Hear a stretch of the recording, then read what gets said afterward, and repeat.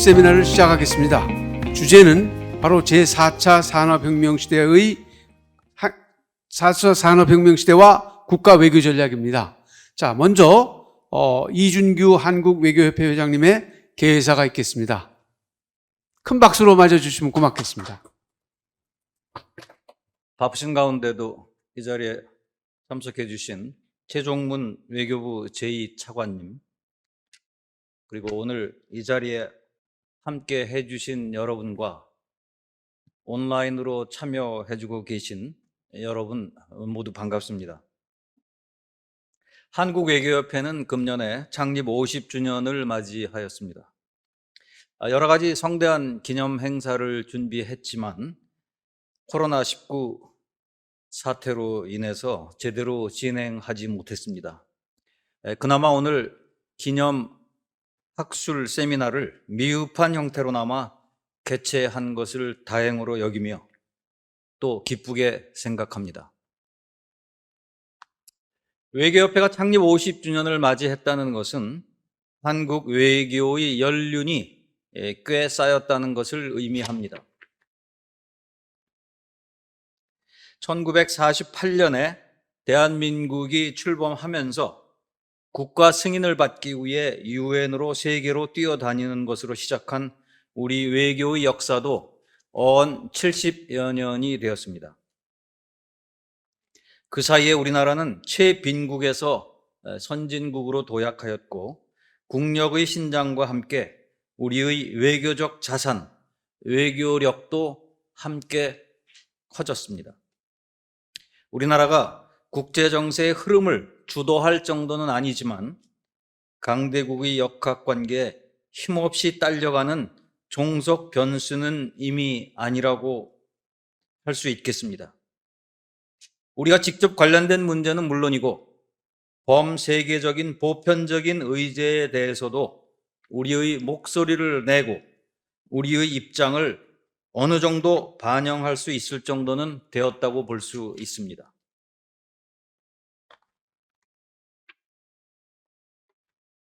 또한 우리는 다른 어느 나라도 겪어보지 못한 다양한 외교의 경험을 통하여 외교관들이 전문적인 역량을 키워올 수 있었습니다.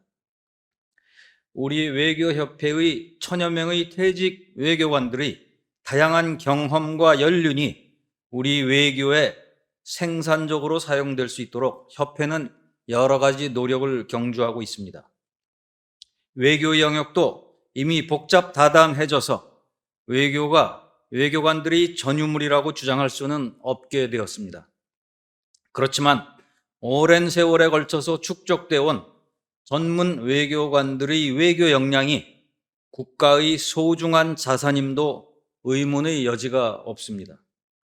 국가는 이 자산을 10분 활용하고 그들의 사기를 진작시키기 위한 노력을 게을리 해서는 안 될 것입니다. 오늘 우리는 제4차 산업혁명 시대와 국가 외교 전략이라는 주제로 학술 세미나를 개최합니다. 제1, 2차 산업혁명이 결과적으로 우리 삶의 모든 영역에 영향을 끼쳤듯이 지식 기반 사회로의 이행을 뜻하는 제3, 제4차 산업혁명도 경제적인 측면은 물론이고 우리 사회의 모든 분야에 광범위한 영향을 끼치고 있을 것입니다. 최근 격화되고 있는 미중 간의 경쟁과 대립의 저변에 기술 패권을 향한 치열한 다툼이 있다는 설명은 제4차 산업혁명의 파도가 국제관계, 외교의 영역에까지 밀려오고 있음을 느끼게 해주고 있습니다. 우리나라가 이미 4차 산업혁명의 단계에 진입했는지 여부에 대한 논쟁도 있습니다만 오늘 우리는 밀려오는 혁명의 파도가 우리 외교에 어떤 영향을 미치고 또 이 파도를 헤쳐나가는 데 있어서 한국 외교는 어떤 과제를 가지고 있고 어떠한 방향으로 나아가야 할지를 고민해 보고자 합니다. 오늘 정말 필요하지만 조금은 낯선 주제에 대해 발표를 해주시거나 토론에 참여해 주시는 여러분께 진심으로 감사하다는 말씀을 드립니다. 이 자리에 또는 온라인으로 참여해주고 계시는 청중 여러분께도 감사 인사를 드립니다. 감사합니다. 최종문 제2차관님께서 축사를 해주시겠습니다. 자, 박수로 맞아주시기 바랍니다.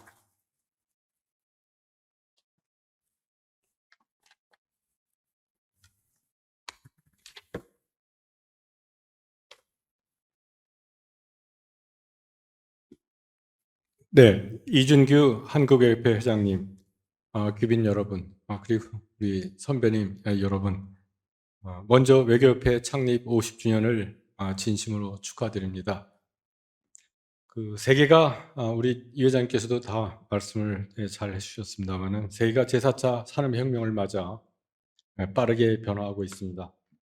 우리 국가 외교 전략도 시대의 변화에 발맞추어 발전해 나갈 수 있도록 오늘과 같은 귀중한 세미나를 준비해 주신 데 대해 진심으로 감사드립니다. 4차 산업혁명 시대의 그 신흥 기술은 각국의 산업 경쟁력과 군사력을 결정짓는 중요한 요소로 주요 국가들은 경쟁적으로 기술을 개발하고 있습니다. 지난달 서울에서 개최된 세계 신안보 포럼에 참석한 전문가들은 한 목소리로 4차 산업혁명 시대의 기술 혁신이 국가 안보의 본질을 근본적으로 바꾸고 있다면서 정부가 이에 빠르게 적응해야 한다고 하였습니다. 우리가 경계해야 할 신흥 안보 위협의 예로 생명과학 연구 과정에서 출현할 수 있는 새로운 감염병, 인간의 통제를 벗어난 자율살성 무기, 각종 행위자에 악용될 수 있는 인공지능 등을 제시하기도 하였습니다. 이 자리에 계신 여러분들, 우리가 잘 알고 있듯이 오늘날 신흥기술은 미중 간 전략 경쟁의 핵심 요소입니다. 중국은 중국 제조 2025, 중국 표준 2035 등 기술 역량 강화를 위해 군사 안보와 경제 사회 역량을 통합적으로 강화하는 국민 융합 전략을 추진하고 있습니다. 또 이에 대해 미국은 중국의 기술 굴기를 국가 안보와 민주주의, 인권 등 주요 가치에 대한 위협으로 보고 중국을 견제하기 위한 노력을 기울이고 있습니다. 미국 인공지능 국가위원장을 역임하셨죠. 에릭 슈미트 전 구글 회장은 AI 시장에서 이루어지고 있는 중국의 공세적 투자의 위험성을 경고하면서 한국이 미국과의 협력에 더욱 적극적으로 참여해 주길 바란다고도 언급한 바 있습니다. 사실 어제 오전에는 그 미국 웬디 셔먼 그리고 우리 한국, 미국을 포함한 7개국 외교 차관과의 그 전화 컨퍼런스 콜이 있었습니다. 그때도 이런 신흥 기술이라든가 이 공급망에 관해서 의견을 나눴고요. 그리고 곧바로 오후에는 중국과 또 이 같은 주제로 저희가 화상회의를 한 바 있습니다. 사실 한국이 미국과 중국 간의 그 전략적 경쟁에 있어서 상당히 좀 어려운 입장이 있긴 합니다. 물론 미국은 우리의 동맹이고 또 중국은 우리에게 있어서 전략적 동반자 관계이기 때문에 우리 입장에서 볼 때는 미국과 중국 모두 소중한 국가이기도 합니다. 국제사에서 우리나라가 세계 10위권의 경제 대국이자 신흥기술 역량을 보유한 국가로 인식되는 것은 우리가 반도체, 배터리 등 첨단 기술의 글로벌 공급망에서 중요한 위치를 차지하고 있기 때문입니다. 그 한미 정상회담이 끝난 뒤에 제가 7월인가 와싱턴에 가서 스케줄집을 논의했었습니다. 논의하기 전에 사무실에 나와갖고 떠나기 전날 사무실에 나와서 뭐 이런 거 저런 거를 뒤척이다 보니까 지도를 보게 됐는데요. 전 세계 국가 중에서 미국의 그 관심 사안이 그 배터리와 반도체를 다 도와줄 수 있는 날은 놀랍게도 한국밖에 없었습니다. 뭐 대만은 역시 반도체, TSMC도 있고 그렇지만 일본도 그런 사정은 아니고요. 우리는 우리의 산업 경쟁력을 유지하는 동시에 향후 공급망 안보 측면에서 중요한 역할을 하게 될 전략적 핵심 기술을 선별하여 장기적 투자와 인재 양성을 통한 산학적 생태계의 그 선순환이 이루어지는 것이 중요하다고 생각합니다. 그 과정에서 각 분야에서 앞서 나가고 있는 선진 국가들과 협력하는 것도 중요합니다.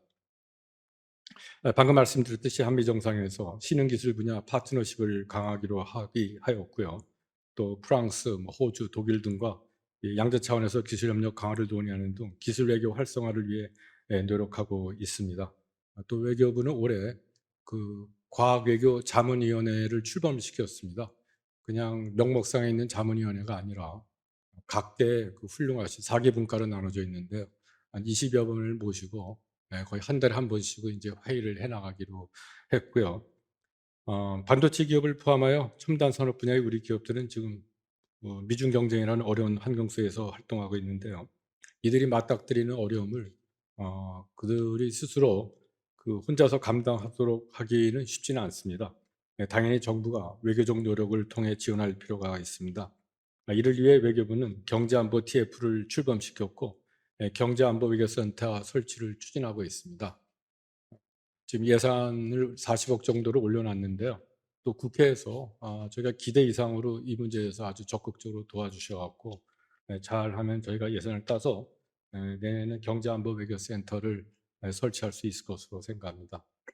하여튼 이러한 조직을 통해 기술개발연구 동향을 각국의 기술개발연구 동향을 파악하고 또 글로벌 공급망을 유지하여 이제 경제적 기회로 활용하는 등 세계 경제 환경 변화에 체계적이고 효과적으로 대응해 나가려 합니다.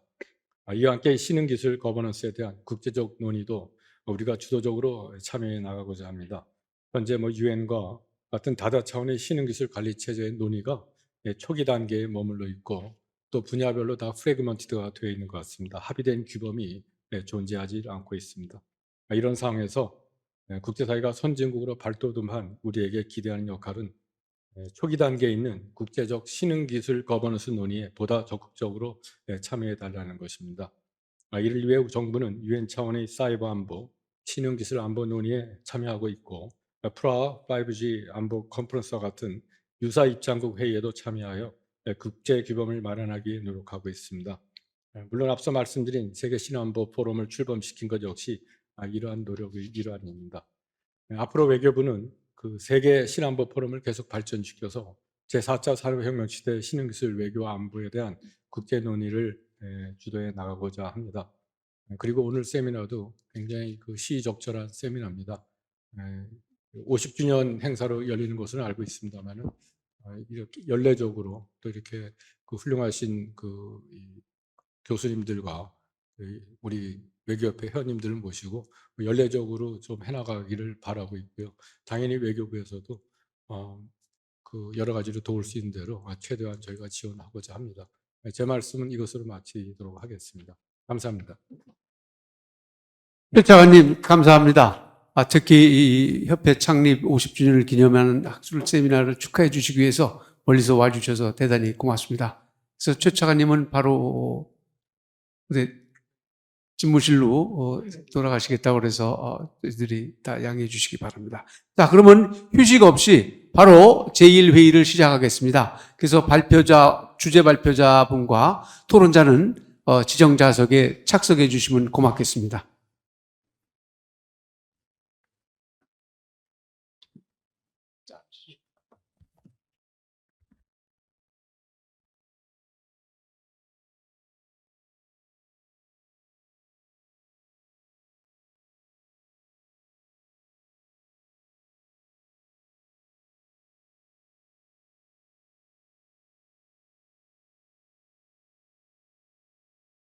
자, 회의 시작 전에 잠깐 행정사항을 좀 알려드리겠습니다. 요즘 다시 코로나가 기승을 부리기 시작해서 먼저 좌석에 계실 동안은 이 마스크를 말씀하시는 분 외에는 마스크를 착용해 주시면 고맙겠습니다. 두 번째는 여기가 지금 다 녹음이 되고 또 발언할 때 휴대전화가 울린다든지 그러면 조금 혼자 이렇게 혼돈이 올 수 있습니다. 그래서 가급적 휴대전화는 무음으로 해주시면 고맙겠습니다. 그래서 다시 한번 상기시킵니다만은 말씀하시는 분 이외에는 모두 마스크를 계속 착용해 주시기 바랍니다. 자, 안녕하십니까. 외교협회 부회장으로 있는 이서항입니다. 제4차 산업혁명 시대와 국가 외교 전략을 대주제로 한 우리 한국외교협회 창립 50주년 기념 세미나의 제1회의 주제는 바로 제4차 산업혁명 시대의 신국제안보 및 외교 의제입니다. 제목이 시사하듯 이번 제1회의에서는 제4차 산업혁명이 우리 사회와 국제정치에 영향 미치는 두드러진 특징은 무엇이며 4차 산업혁명의 진행에 따라 국제안보와 외교 영역에 새롭게 부각 또는 제기되는 의제와 문제들은 과연 어떠한 것들이 있는가, 이런 것들을 살펴보는 것이 바로 이번 제1회의의 목표입니다. 흔히 제4차 산업혁명은 AI로 표현되는 인공지능, 그리고 로봇 바이오 등 초지능 기술이 인간과 사물 간의 초연결 소통 체계를 구축해서 과거와는 전혀 다른 새로운 산업혁신을 이끌고 있다고 지적되고 있습니다. 또한 산업혁신에는 이 새로운 기술을 선점하기 위한 국가 간의 경쟁도 치열하게 벌어지고 있으며, 이러한 산업혁신과 기술 경쟁은 국제 안보는 물론이고 국가 간의 외교 영역에서도 새로운 문제들을 발생시키고 있습니다. 그래서 이러한 문제들은 코로나 바이러스가 그러하듯 우리가 과거에는 전혀 경험해보지 못했던 문제들이라고 생각됩니다.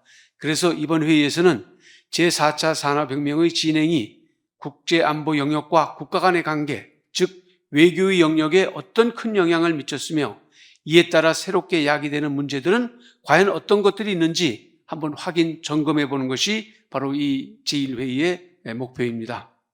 그래서 크게 세 가지를 우리가 살펴보고자 합니다. 이미 말씀드렸습니다만, 첫째, 제4차 산업혁명의 특징, 특히 국제정치 측면에서 제4차 산업혁명이 가져온 변화가 뭔가, 이걸 살펴보고, 두 번째는 그 제4차 산업혁명이 국제안보와 국가 간의 관계, 즉 외교 영역에 미친 영향, 그걸 살펴보고, 세 번째는 이에 따라 새롭게 제기되는 국제안보와 외교 문제는 과연 어떤 것들이 있는가, 이런 걸 살펴보는 것이 이 제1회의의 목표라고 할 수 있겠습니다. 아주 그런데 영광스럽게도 이런 주제들에 대해서 서울대학교 김상배 정치외교학부 교수님이 주제 발표를 잘 이렇게 만들어 주셨습니다. 그래서 먼저 김 교수님의 주제 발표를 들은 다음에 토론을 진행하는데, 우리 이 협회 창립 50주년 기념학술 회의를 보다 효율적으로 진행하기 위해서 제가 시간을 좀 엄격하게 제어하겠습니다. 그래서 주제 발표분은 25분, 그 다음에 토론자는 9분, 10분 드리려고 했는데 좀 사회자 설명도 있고 그래서 9분을 드리고, 그 다음에 그 후에 주제 발표자분이 8분 내외에서 다 응답해 주시고, 그 다음에 이제 남은 시간이 한 30분 됩니다. 30분 되는데, 그때 우리 방청석에 있는 분들하고, 그 다음에 또 이 줌을 통해서 여러 가지 참여하고 있는 분들이 꽤 많습니다. 그래서 그분들의 질문을 전부 다 한 2분, 3분 내에서 발언을 허용토록 해서 이게 우리 이번 토론이 좀 활발하게 진행되도록 하겠습니다. 자, 그러면 더 설명드릴 것 없이 우리 서울대학교 정치외교학부의 김상배 교수님께서 주제 발표를 해주시는데, 김 교수님에 대한 설명은 저희가 마련해 드린, 배부해 드린 이 프로그램 안에 다 있으니까 그걸 참조하시고, 바로 우리 김상배 교수님을 모시겠습니다. 자, 뜨거운 박수로 환영해 주시면 고맙겠습니다. 예, 안녕하세요. 서울대학교 정치외교학부의 김상배입니다. 예, 오늘 너무 뵙게 돼서 반갑고, 외교협회 50주년 그 기념이라 그러셔서 너무 축하드리고 또 이렇게 불러주셔서 감사드립니다. 좀 최근에 아까 차관님께서도 말씀하셨지만 이 주제가 굉장히 중요해지다 보니까 학계에서도 많은 관심을 갖고 좀 연구를 진행하고 있습니다. 또 제가 감회가 새로운 게 이 방이 와서 보니까 작년에 그 재외공관장 회의 할 화상으로 진행할 때 제가 관련된 주제를 또 대사님들한테 말씀드렸던 방인 것 같습니다. 그래서 하여튼 이 주제에 대한 관심들이 지금 계속 이어져 가고 있고, 또 많은 또 연구가 필요한 그런 주제라는 생각을 좀 해보게 됩니다. 일단 좀 PPT 준비한 걸 좀 말씀을 드릴 텐데 요즘 뜨지는 않는 모양이네. 예, 뜨듭니다. 예. 그래서 오늘 좀 말씀 주신 거는 이제 4차 산업혁명 시대에 이런 기술과 안보의 문제, 그리고 거기에 외교가 어떻게 연결되어지느냐에 대한 주제이겠고요. 그래서 뭐 이런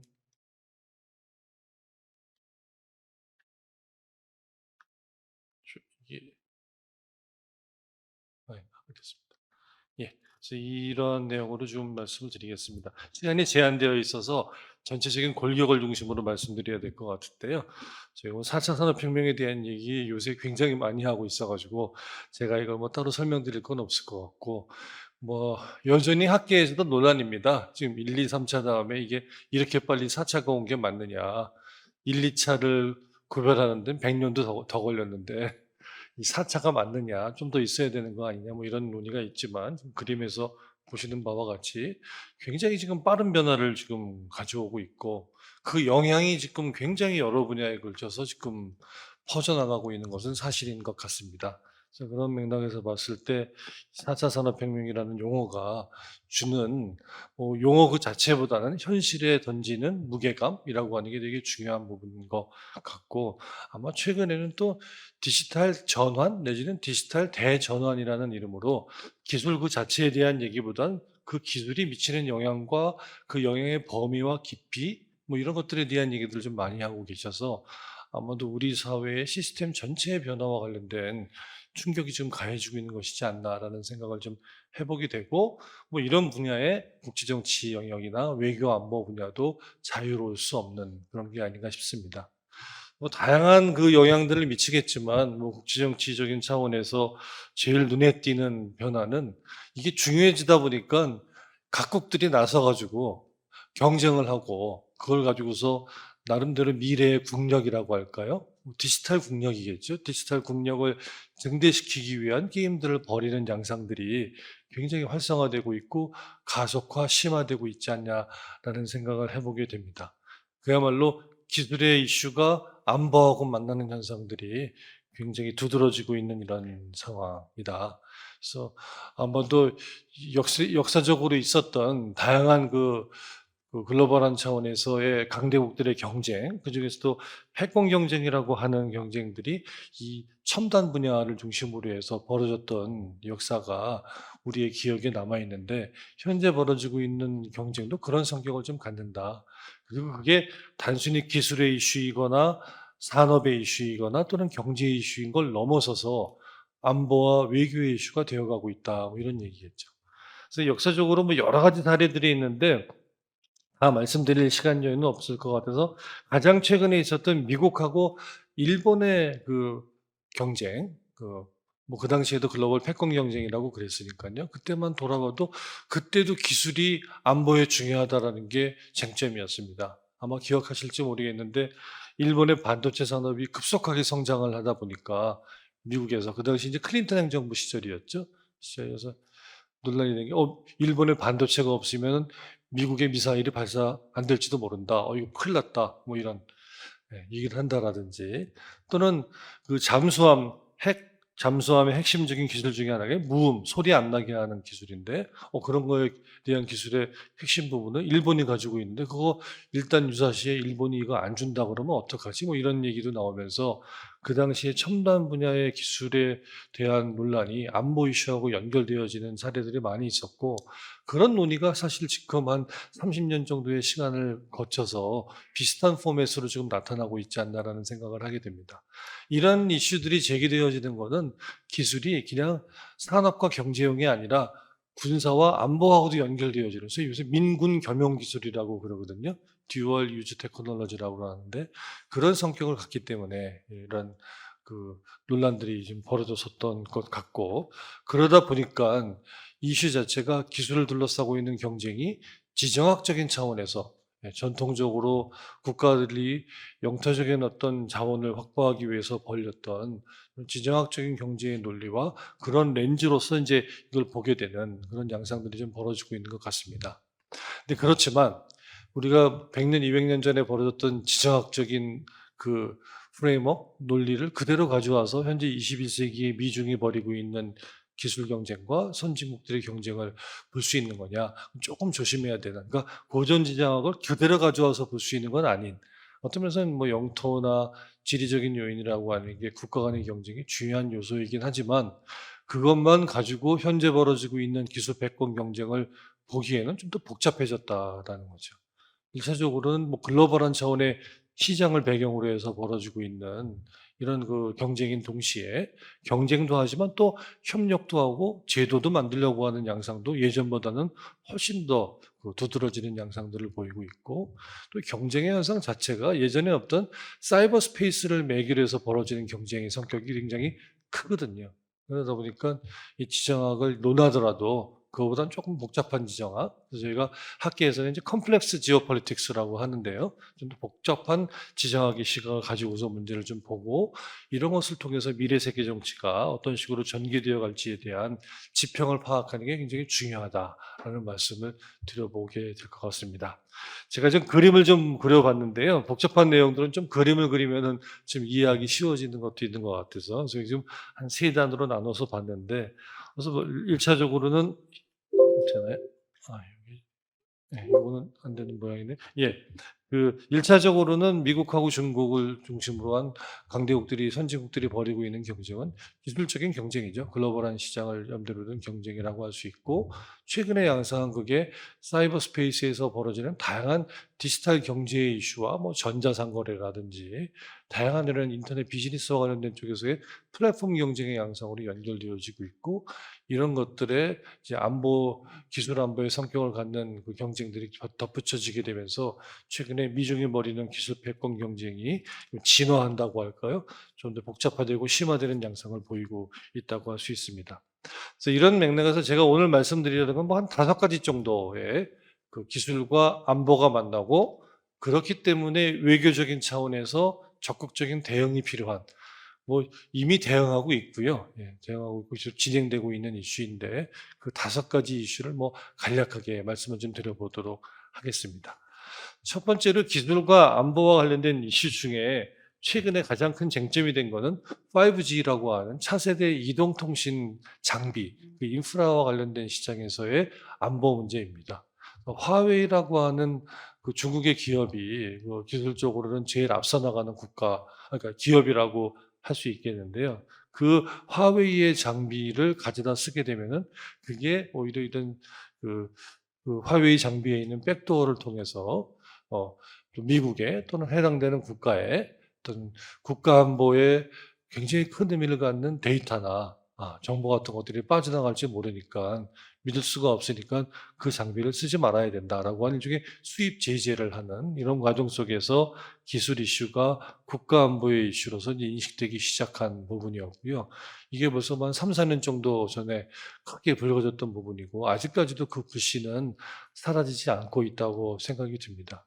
그래서 그런 장비를 가져다 쓰지 말라라고 하는 수입 규제에 대한 논의가 좀 더 확장되어지게 되면서 화웨이가 그런 장비를 만드는 데 필요한 부품이나 소재들을 수출하지 말아라, 팔지 말아라라고 하는 수출 규제에 대한 논의하고도 연결이 됐고, 그야말로 화웨이가 그 5G 장비를 만들기 위해서 활용하는 공급망을 차단하려고 하는 조치들이 미국의 이제 트럼프 행정부 시기에 나서서 이루어졌던 사건이고, 그 과정에서 핵심은 반도체였던 것 같습니다. 그래서 반도체를 중심으로 한 다양한 어떤 제재들이 이루어지고, 또 미국이나 중국의 반도체 기업들만 연결되는 것이 아니라 대만이라든지 또는 유럽에 있는 선도적인 어떤 그 반도체 장비를 만드는 기업들, 또 거기에 이제 한국의 반도체 기업들까지도 연결되는 그런 갈등의 양상들이 지금 벌어지고 있었던 것이고, 이런 반도체 분야에서 벌어지고 있는 공급망의 논란은 최근에 이제 배터리 분야라든지 이런 소위 그 친환경과 관련된 이런 제품들의 분야로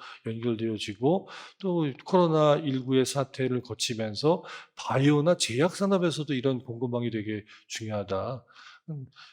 중국의 기업들에게 과도하게 의존하고 있는 상황 자체가 그냥 경제적인 상호 의존의 문제가 아니라 그런 상호 의존이라는 상황이 하나의 무기화되어서 안보를 해칠 수도 있는 그런 부분이지 않냐라는 인식들이 지금 벌어지게 되었고, 그러다 보니까 트럼프 행정부 시기부터 미국이 이런 이슈를 미국 스스로도 미국 자국도 대응을 하지만 우방국들이나 동맹국들 간의 어떤 연대를 통해서 대응하려는 양상들을 좀 보이는 대로 확산되어 가고 있다고 할 수 있습니다. 뭐 핵심 이슈는 5G라고 하는 장비 또는 반도체, 뭐 배터리 뭐 이런 분야의 공급망의 이슈겠지만, 넓은 의미에서 보면 최근에 미국과 중국이 벌이고 있는 글로벌한 차원에서의 그 대결 구도들, 그래서 뭐 인도태평양 전략이라든지 또는 뭐 중국이 내세우고 있는 1대1로의 이니셔티브로 대변되는 그런 식의 논의들이 이런 사이버 분야, 기술 분야에서 이제 맞부딪히고 있는 양상들을 지금 보이고 있다고 할 수 있습니다. 이게 이제 트럼프 행정부의 그 막바지에 굉장히 크게 두드러졌던 바가 있는데요. 2020년 하반기에 소위 미국이 클린 네트워크라고 하는 구상을 내세우고 거기에 대해서 중국이 글로벌 데이터 안보 이니셔티브라고 하는 걸로 맞서는 뭐 이런 양상들을 보이면서 이게 단순히 그냥 외교 안보 전반에 대한 얘기가 아니라 이제 기술이라고 하는 구체적인 이슈를 빌어서 동맹이나 연대라고 하는 것의 형태로 나타나는 국제정치가 좀 다른 모습으로 좀 탈바꿈해 가고 있고 이런 과정 속에서 우리가 어떤 전략적인 선택을 강요받게 되는 상황이 오지 않을까? 그러다 보니까 어느 기술과 5G라고 하는 장비를 도입하거나 뭐 반도체와 배터리와 관련된 어떤 기업의 결정을 하는 차원을 넘어서서 국가적인 차원에서의 외교 안보에 선택하고도 연결되면 어떠냐? 뭐 이런 논의들이 벌어지게 되면서 국내 정책 서클이나 학계에서도 많은 관심을 끌었던 것 같습니다. 뭐 이런 양상들은 바이든 행정부에 들어서도 계속 전개되어지고 있다고 볼 수 있겠고요. 뭐 미국의 공급망의 안정화를 위한 관심에 대해서 미국이 어떤 각별한 관심들을 좀 보이고 있고 최근에는 쿼드라고 하는 그 안보 협력체를 좀 더 확장시키려는 논의 속에 뭐 거기에 참여하는 국가도 확장하지만 거기서 다루는 이슈도 확장하는 과정 속에 이런 기술과 사이버 이슈들이 많이 다루어지게 되고 더 나아가서는 이게 기술의 이슈인 동시에 국제정치와 외교의 이슈지만 더 나아가서는 우리가 추구하는 가치와 규범의 이슈하고도 만나게 되는 상황. 그래서 어떤 면에서는 기술을 중심으로 해서 이게 민주주의를 할 거냐 아니면 독재를 할 거냐 뭐 이런 거 얘기하고도 연결되는 양상을 보이면서 최근에 이제 언론에서는 이게 새로운 차원의 냉전인 거 아니냐 신냉전인 것이 아니냐 뭐 이런 얘기까지도 하고 있는 양상으로 전개되어지고 있다고 할 수 있습니다. 근데 저는 개인적으로 이런 그 공급망의 이슈, 사이버 안보 이슈와 관련된 중에 핵심은 데이터라고 생각합니다. 데이터라고 하는 것이 21세기 디지털 경제에서 굉장히 중요한 의미를 갖고 있는 자원이라고 할 수 있고요. 21세기에 뭐 쌀이니 오일이니 뭐 이런 얘기들 하잖아요. 뭐 그런 맥락이고 그런 과정 속에서 미중의 경쟁도 장차 핵심은 이 데이터를 확보하기 위한 경쟁 쪽으로 전개될 가능성이 되게 크다라는 것이고 앞서 말씀드린 화웨이 사태도 그 화웨이의 장비의 백도어로 국가안보에 함의를 갖는 데이터가 빠져나갈지 모른다. 뭐 이게 지금 핵심이었던 부분이거든요. 그러니까 데이터 안보 이슈가 사실 핵심적인 이슈로서 좀 자리 잡을 가능성이 있다. 그리고 지난 몇 년 동안의 전개 양상을 보면 미국이 문제 삼고 있는 그 중국의 기업들이 화웨이 이외에도 드론을 만드는 뭐 DJI 같은 기업이라든지 또는 CCTV를 만드는 중국의 기업들 또는 하다못해 그 SNS에서 동영상을 만드는 15초짜리 짧은 동영상을 만드는 틱톡이라고 하는 서비스를 이제 바이트댄서라고 하는 기업도 미국의 제재의 대상이 되기도 하는 뭐 이런 양상들을 좀 보이고 있는데 핵심은 그런 서비스를 통해서 미국의 청소년들의 미국의 국민들의 개인정보와 데이터가 빠져나간다라는 거거든요. 그래서 그냥 경제적으로만 빠져나가는 게 아니라 이게 안보의 위험이 될 수도 있다 하는 이런 문제 제기를 하고 있는 부분이어서 아마도 앞으로 점점 더 이 데이터 안보의 이슈들은 확장되어 가지 않을까라는 생각을 해보게 되고요. 근데 이제 이 대목에서 우리가 조금 다시 한번 인식을 해야 되는 건 여기서 얘기하는 데이터는 예전에 소위 스몰 데이터 세상의 데이터가 아니라 요새 얘기하는 빅데이터 시장의 데이터라는 거죠. 그래서 데이터 하나하나는 전혀 안보하고도 관련이 없는 것 같은 데이터인데 그런 걸 전체적으로 빅데이터 분석을 해보면 그 안에 패턴 속에 우리도 모르고 있는 우리 자신도 모르고 있는 이런 안보와 또 국방의 함의를 갖는 데이터들이 생성되어질 수도 있는 이런 부분인 것이고 그러다 보니까 지금은 안보의 문제가 아니지만 내일은 안보의 문제가 될 수도 있다라고 하는 안보화 시큐리타이제이션의 어떤 국제정치라고 하는 부분들이 밀접히 연결되는 기행들이 벌어지고 있다고 할 수 있습니다. 근데 이런 데이터는 또 하나의 특징이 일국적인 차원에서 생성되어질지 모르지만 국경을 넘어가지고 초국경적으로 유통되어지는 과정 속에서 그 가치를 배가시키는 특징들을 가지고 있거든요. 그렇기 때문에 이 데이터가 국경을 넘어서 유통될 경우에 이걸 우리가 어떻게 관리할 거냐. 해당되는 국가가 소위 말하는 전통적인 국가 주권의 개념에 입각해서 그걸 통제할 거냐 아니면 이런 기업들의 데이터 활동을 자유롭게 보장할 것이냐라고 하는 부분들이 쟁점이 될 수밖에 없고 이런 논의들은 최근에 이 분야의 국제 규범을 어떻게 만들 거냐라는 논의와 연결되면서 국제적으로 지금 논의들이 진행되어지고 있습니다. 그래서 이 소위 디지털 경제 분야에서 데이터의 자유 유통과 관련된 레짐들 협상의 어떤 논의들이 진행되었고, 이거는 뭐 TISA에서부터 시작해서 CPTPP나 USMCA, 그리고 재작년에 있었던 오사카 G20 회의에서 논의되었던 데이터 국제화 내지는 데이터 유통의 국제 규범을 만들자는 논의로까지 이제 연결되면서 다양한 논의들이 좀 진행되어지고 있는 상황입니다. 그러면 이런 과정에도 미국하고 중국은 당연히 입장을 달리하고 있고요. 초국적인 유통을 자유롭게 보장하는 국제 규범을 만들자라고 하는 미국의 입장과 데이터 주권론 또는 데이터 국제화라 그러거든요. 그 나라에서 만들어진 데이터는 그 나라에서 로컬라이즈 해가지고 저장하고 처리하는 것이 원칙이고, 그것을 자국의 법으로 이제 임포즈하는 뭐 이런 식의 주장들이 이제 주로 이제 중국과 같은 비서방 국가나 개도국들이 주장하고 있는데, 그것들이 맞서고 있는 이런 양상을 보이면서 국제 정치 경제 분야인 거죠. 국제 경제 분야의 외교 이슈로서 지금 잠복해 있다고 할 수 있습니다. 실질적으로 해킹이 이루어지고 공격이 가해지는 사이버 안보, 사이버 공격의 이 위협 자체도 최근에 부쩍 증가하고 있고요.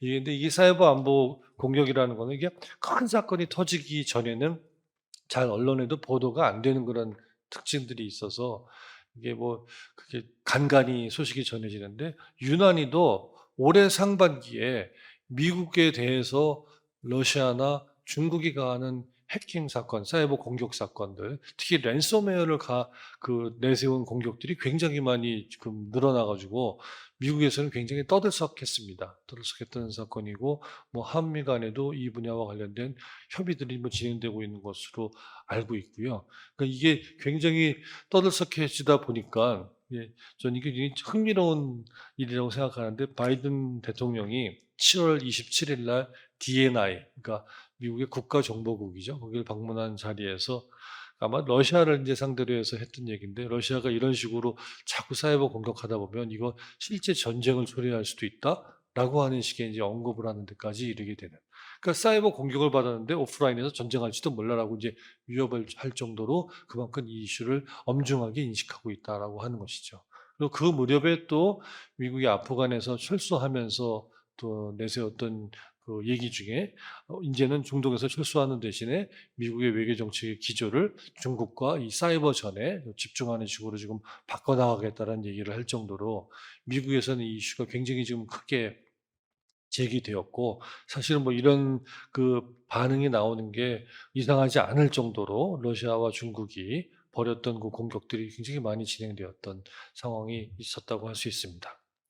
뭐 이런 이슈를 일국적인 차원에서도 대응을 해가지고 문제를 풀어나가는 것도 굉장히 중요하고, 그런 거와 관련된 법적인 차원에서 제도 또는 정책이나 전략적인 차원에서 대응도 하지만, 이런 분야가 어느 한 국가가 모든 걸 다 해결할 수 없기 때문에 다자 외교나 양자 외교의 틀을 빌어서 국제적인 협력을 하고, 그런 과정 속에서 서로 핵심적인 정보들을 교환하면서 대응하는 그런 노력들도 지금 계속해서 진행되어지고 있다고 할 수 있습니다. 그래서 앞서 말씀드렸던 화웨이 사태와 관련돼서 사이버 동맹과 연대라고 하는 것들이 또 드러났던 것처럼, 이 분야에서 미국이 파이브 아이즈 국가들이라든지 또는 쿼드 국가들과 함께 다른 동맹과 연대를 통해서 이 분야에 대응하려고 하는 모색들이 최근에 부쩍 활발해지고 있고요.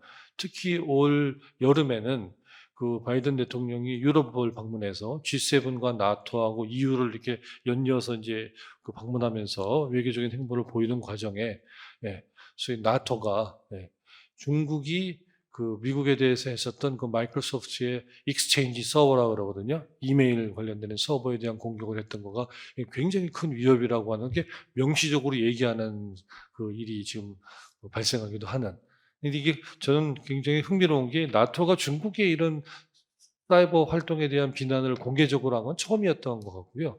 그 나토는 지정학적인 시각에서 보면 유럽에서 소련을 막기 위해서 형성된 동맹인 거잖아요. 근데 그게 이 탈지정학적으로 사이버 공간에서 이루어지는 동아시아 지역의 중국의 위협에 대한 얘기를 거론할 정도까지 이게 확장되는, 그래서 앞서 말씀드린 복합지정학적인 시각이 이제 필요한 이슈라는 생각을 좀 하게 됩니다. 뭐 그 이외에도 양자적인 차원에서 미중이나 미러에서도 이런 위협을 방지하기 위한 노력들이 진행되고 있는데 좀 지지부진한 상황이라고 할 수 있고요. 그 대신에 이제 올해 상반기 들어서 작년과 올해로 넘어오게 되면서 좀 주목해야 될 거는 유엔 차원에서 논의되어지는 사이버 안보 분야의 국제 규범에 대한 논의입니다. 그래서 예전에는 이제 GG라고 정부 자문관 그룹을 중심으로 해서 사이버 안보 규범에 대한 논의들을 해왔었는데 최근 몇 년 동안 이제 지지부진한 성과들을 보이는 것들에 대한 돌파구로 개방형 워킹 그룹 OEWG라고 하는 포맷이 좀 본격적으로 가동되어지게 되었고 뭐 이런 것들과 관련된 여러 가지 기대들이 좀 제기되어지고 있는데 이 분야는 아마도 외교 분야에서 뭐 우리가 적극적으로 대응해야 되는 이슈가 아닌가라는 생각이 듭니다. 특히나 이런 규범 형성 과정이 그냥 다 합심해가지고 만들어가는 게 아니라 서방과 비서방 진영이 이해관계가 다르고 더 나아가서는 개도국과 선진국들이 이해관계가 다른 분야고 한국이 어떤 면에서는 중견국으로서 그 사이에 있는 이런 상황이기 때문에 다양한 외교적인 선택을 해야 되는 부분들이 제기되어진다라는 말씀이시겠습니다. 그 다음으로 꼭 말씀드려야 되는 건 우주인데요. 예, 근데 이제 우리는 이제 우리 같은 중견국이 우주까지 해야 돼? 뭐 이런 생각을 하면서 우주에 대한 관심이 없는데 우주가 그냥 저 멀리 있는 우주가 아니라 최근에는 지상에서 이루어지는 다양한 종류의 데이터 통신, 정보통신 서비스하고 연동되면서 이게 복합적으로 새로운 공간을 창출하는 그래서 요새 육해공 사이버 우주가 이렇게 합쳐지게 되면서 군사작전 분야에서 이제 올 도메인 오퍼레이션이라는 말이 나올 정도로 그러니까 새롭게 펼쳐지는 21세기 미래의 전략 공간의 핵심적인 변수로서 등장을 좀 하고 있습니다. 그래서 뭐 이 분야에서도 뭐 미국과 소련으로 대변되어지는 뭐 전통적인 강대국들이 경쟁을 벌였고 최근에 이제 미중 간의 경쟁도 지금 가속화되고 있습니다. 이 이슈가 쟁점이 된 계기는 아마도 2000년대 들어가지고 중국이 우주 굴기라는 명목으로 이 분야에서 굉장히 약진을 해나가는 부분들을 보고 미국이 위협감을 느끼면서 대응하는 과정 속에서 이게 그 대결의 구도들이 더 확장되고 심화되어지지 않나라는 생각을 하게 됩니다. 그래서 위성을 요격하는 미사일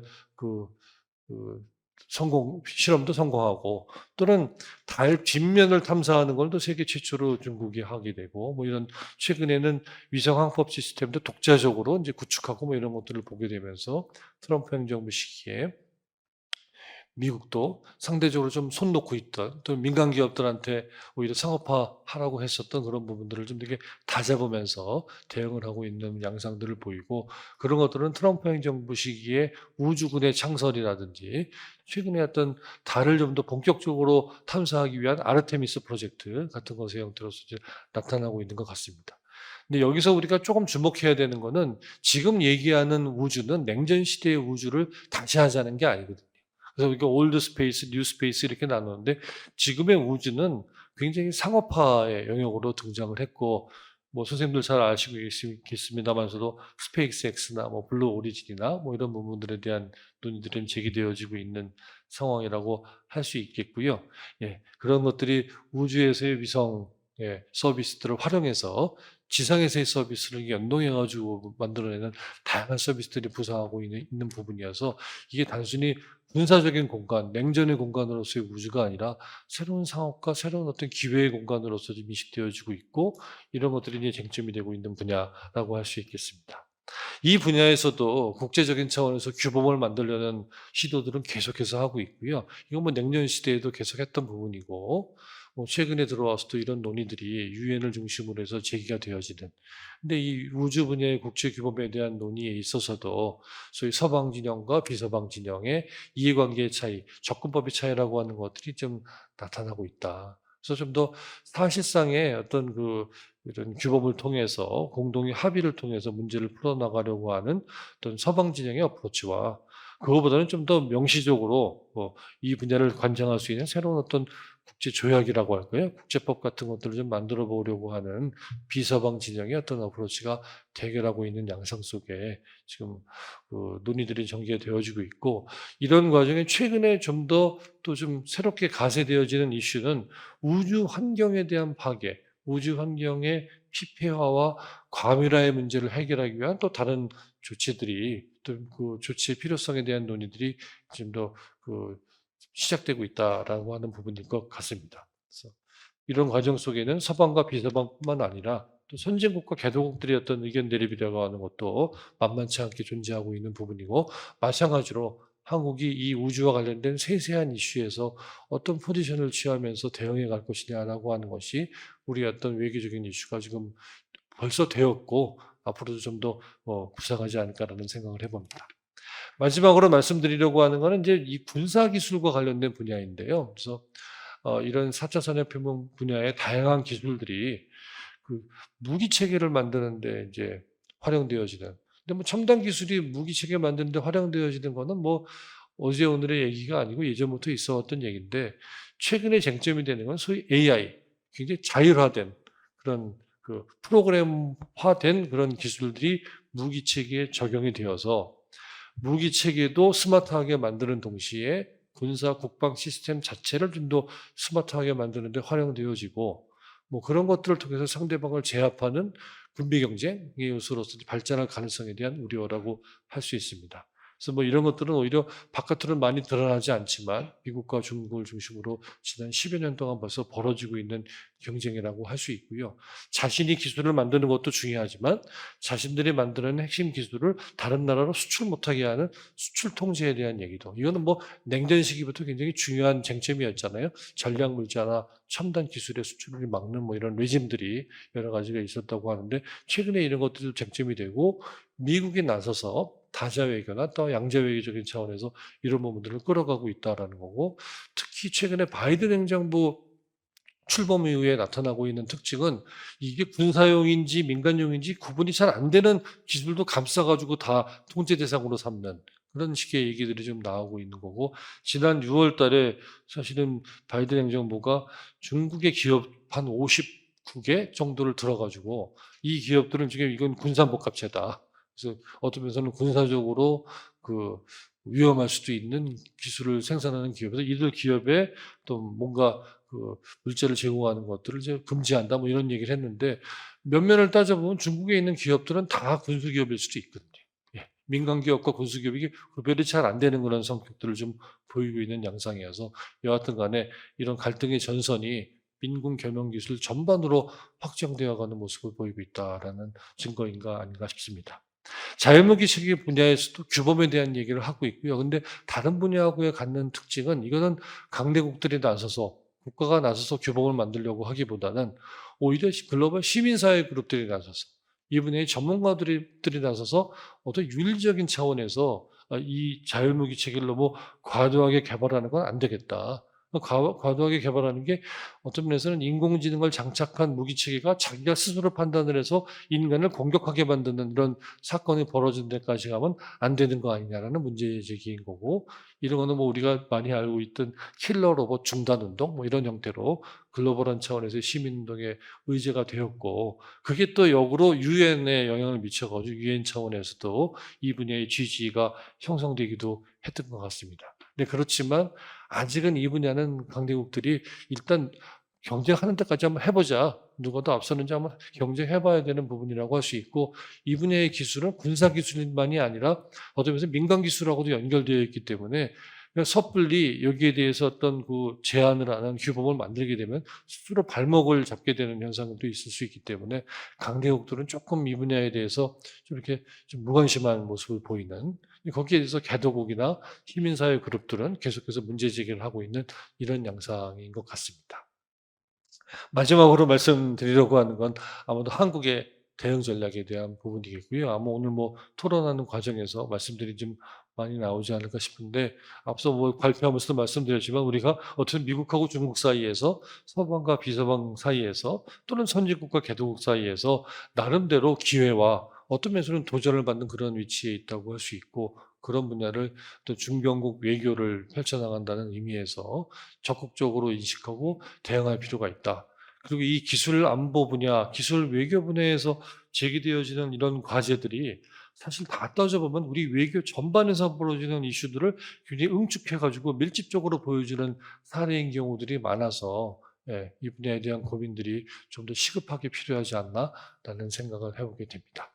예, 이상 말씀 마치도록 하겠습니다. 네, 감사합니다. 우리 김상배 교수님께서는 국제정치 측면에서 본 그 제4차 산업혁명, 즉 기술 발전의 양상을 복합지정학이라는 그 용어를 이렇게 잘 설명해 주셨습니다.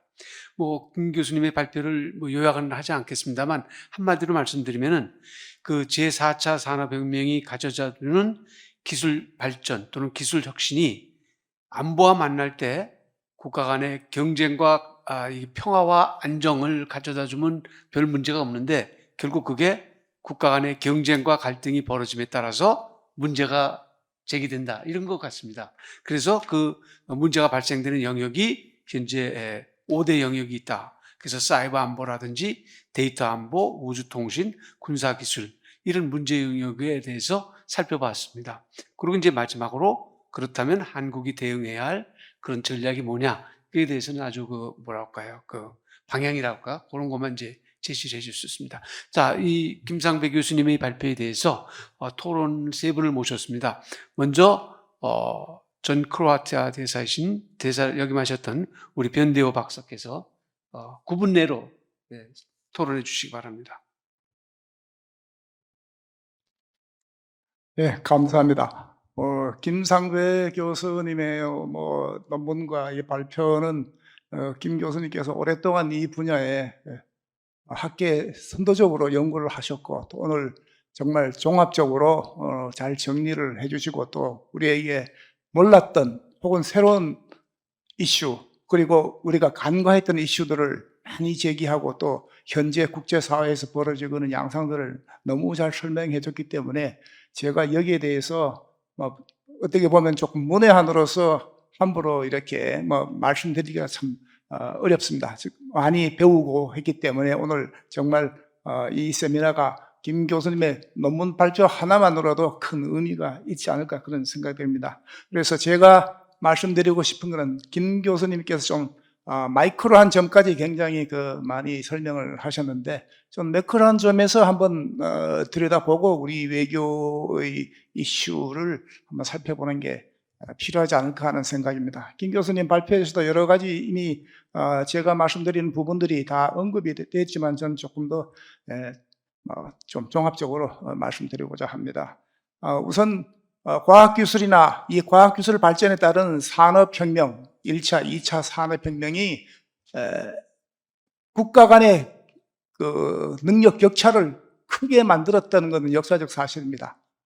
영국, 프랑스가 산업혁명에 제일 먼저 성공해서 세계적인 강대국이었고 그 뒤를 이어서 러시아가 그리고 미국이 그리고 2차 대전 이후에는 일본이 중국을 넘어서 산업화에 성공해서 동아시아 패권을 장악하게 되었고 또 20세기 후반에는 중국이 개방을 정책을 통해서 산업화에 성공함으로써 지금은 이제 미국과 겨룰 수 있는 그런 강대국으로 초강대국으로서의 등장을 목표로 하고 있습니다. 즉 간단히 말해서 그 산업혁명의 성공은 그 국가의 위상을 결정하는 것이고 유럽의 중견국가도 마찬가지로 강대국에 따라서 어느 정도 산업화에 성공했기 때문에 선진국가, 중견국으로 위치를 차지했고 캐나다, 호주 그리고 한국도 20세기 후반에 열심히 노력을 해서 어느 정도 세계 10대에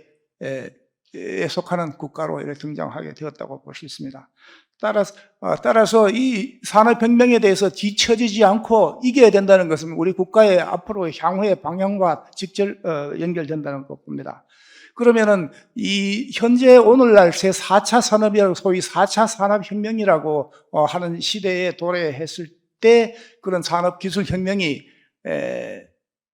김상배 교수님이 이렇게 설명하신 그런 부분만 있느냐? 저는 그 3차 산업 혹은 2차 산업혁명 때의 그 기술이 지속되고 있다. 즉 힘의 근원은 아직도 2차, 3차 산업의 바탕을 두고 있다 하는 지속적인 산업혁명의 지속적인 측면도 우리가 간과해서는 안 되고 또 4차 산업이 가지고는 새로운 그 국제정치의 좀 패러다임이라든가 힘의 변화를 주목해야 된다는 점을 좀 지적하고 싶어서 그 냉전 시대 때부터 이야기를 잠깐 하겠습니다. 그 냉전 시대 때 결국은 냉전이기 때문에 미국과 소련, 뭐 자유진영과 자유민주 진영과 그 공산 진영 간의 대결이라고 볼 수 있는데, 이 냉전기의 강대국의 조건은 결국 핵무기를 누가 빨리 가지느냐. 핵무기를 가진 국가가 유엔의 P5가 됐지 않습니까? 안보리 상임이사국. 그래서 60년대 초반까지 프랑스까지 핵무기를 다 가졌고, 60년대 후반에는 중국이 가짐으로써 결국은 중국이 P5에 들어가는 그런 양상으로 됐습니다. 즉 핵무기 기술 개발이 핵심이었습니다.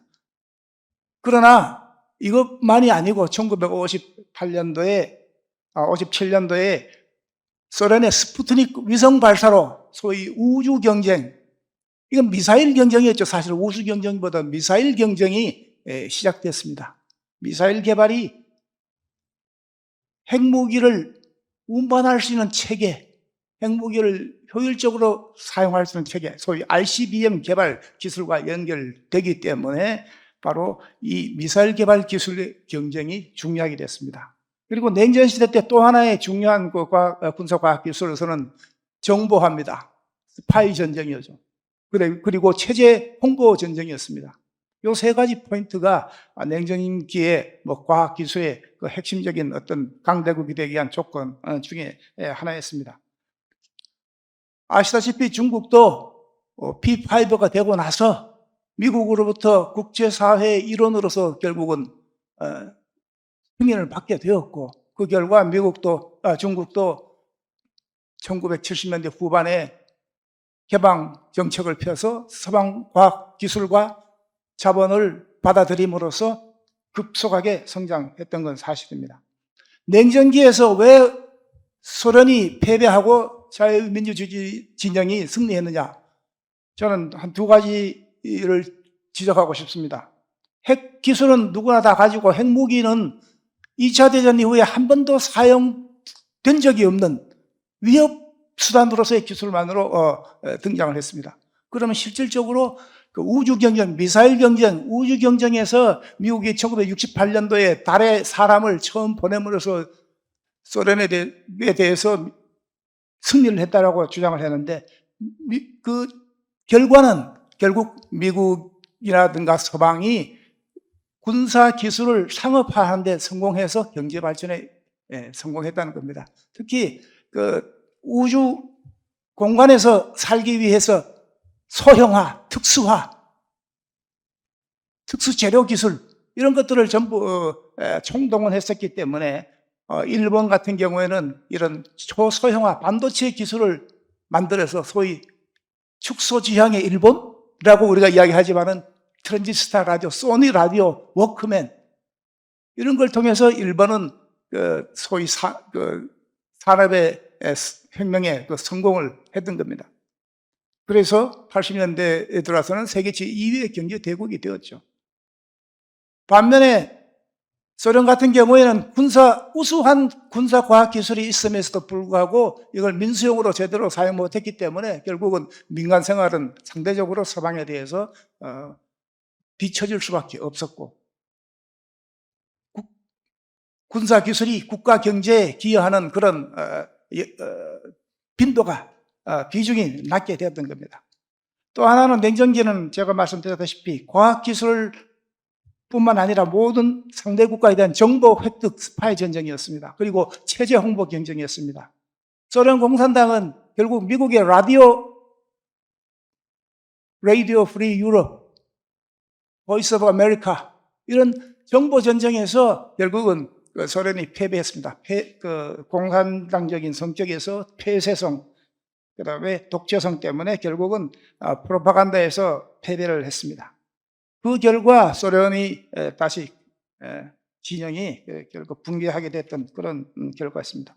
한편으로서 제3차 산업혁명기 정보화기라고 이렇게 본다면은 정보통신 관련 산업은 급속히 발달했고 한국이 여기에 다행히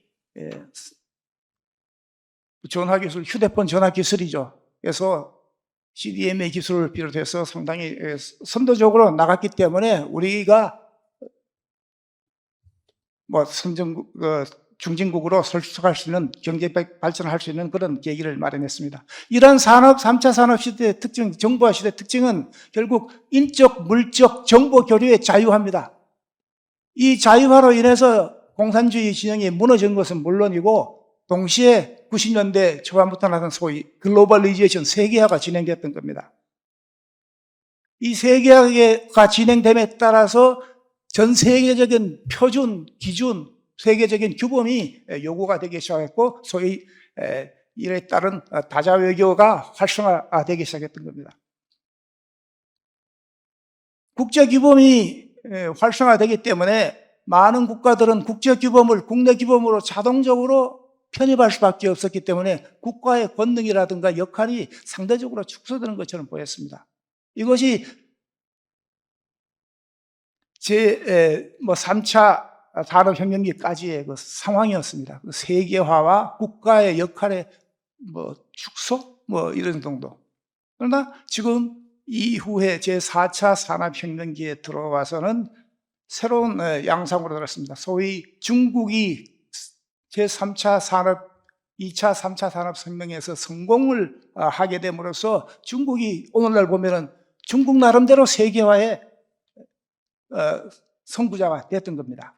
그래서 제3차 산업에 성공한 많은 나라와 함께 탈세계화를 경향이 지금 심화되었고 또한 정보를 통제하는 중국과 러시아 같은 권위주의 국가의 성격 때문에 결국은 국제 규범에 대해서도 점점 합의가 어려워지는 그런 상황이 도래했습니다. 이러한 것을 신냉전기라고 이야기한다면 신냉전기의 특징을 오늘날 미국과 중국의 경쟁 심화 혹은 미국과 러시아의 경쟁 이런 식으로 이렇게 볼 수 있고 또 중동 일부 국가들의 아주 반미적인 성향 이런 것들이 국제 정치를 지금 형성하고 있다고 볼 수 있습니다. 한마디로 말해서 지금 국제관계는 국가 주권이 다시 확대되었다. 국가가 빅데이터라든가 이런 것을 통제하기 시작했다. 국민의 모든 걸 통제하기 시작했고 했기 때문에 국가 역할이 축소가 아니라 다시 증가되었다.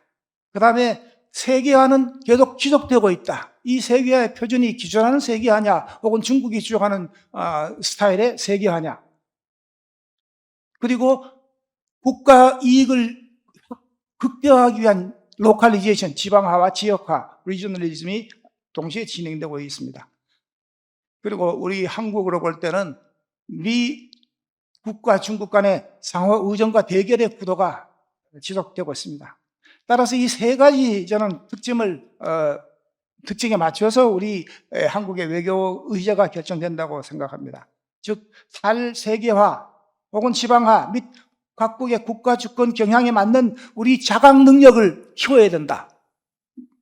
즉, 국력 증대와 지역 협력을 강화할 그런 방향으로 나가야 된다 하는 점. 그 다음에 지속적인 세계화 추세는 계속 갈 겁니다. 그렇다면 국제 협력을 강화해야 되고 국제 규범 형성에 계속 참여를 해야 되는, 즉 다자 외교 능력을 제고해야 된다 하는 점을 지적하고 싶고, 또한 우리 한반도의 특수한 지정학적인 우리 한국의 리스크, 지정학적 리스크를 최소화하는 그런 방향으로, 그건 결국은 우리가 동맹을 어떻게 해야 될 것이냐, 가치 동맹에 있어서 국민적인 컨센서스를 이루어야 된다는 겁니다. 그거 없이 미국 편이냐 중국 편이냐 결정될 수가 없는 노릇이죠. 선택의 문제가 아니라 선택 과정의 문제라고 볼 수 있습니다. 또한 핵심적인 문제는 북핵 문제를 이 한반도 지적한 리스크에서 절대 뺄 수가 없다는 겁니다. 이 세 가지를 어제만 저는 시간이 됐기 때문에 제기하고, 나머지 나머지 우리 외교안보 과제는 다음 시간에 또 논의될 것으로 생각하니까 이 정도로 마치겠습니다. 감사합니다. 네, 우리 변대호 대사께서 이 주제 발표자인 김상배 교수님의 발표를 보완하는 측면에서 그 발표를 해주셨습니다.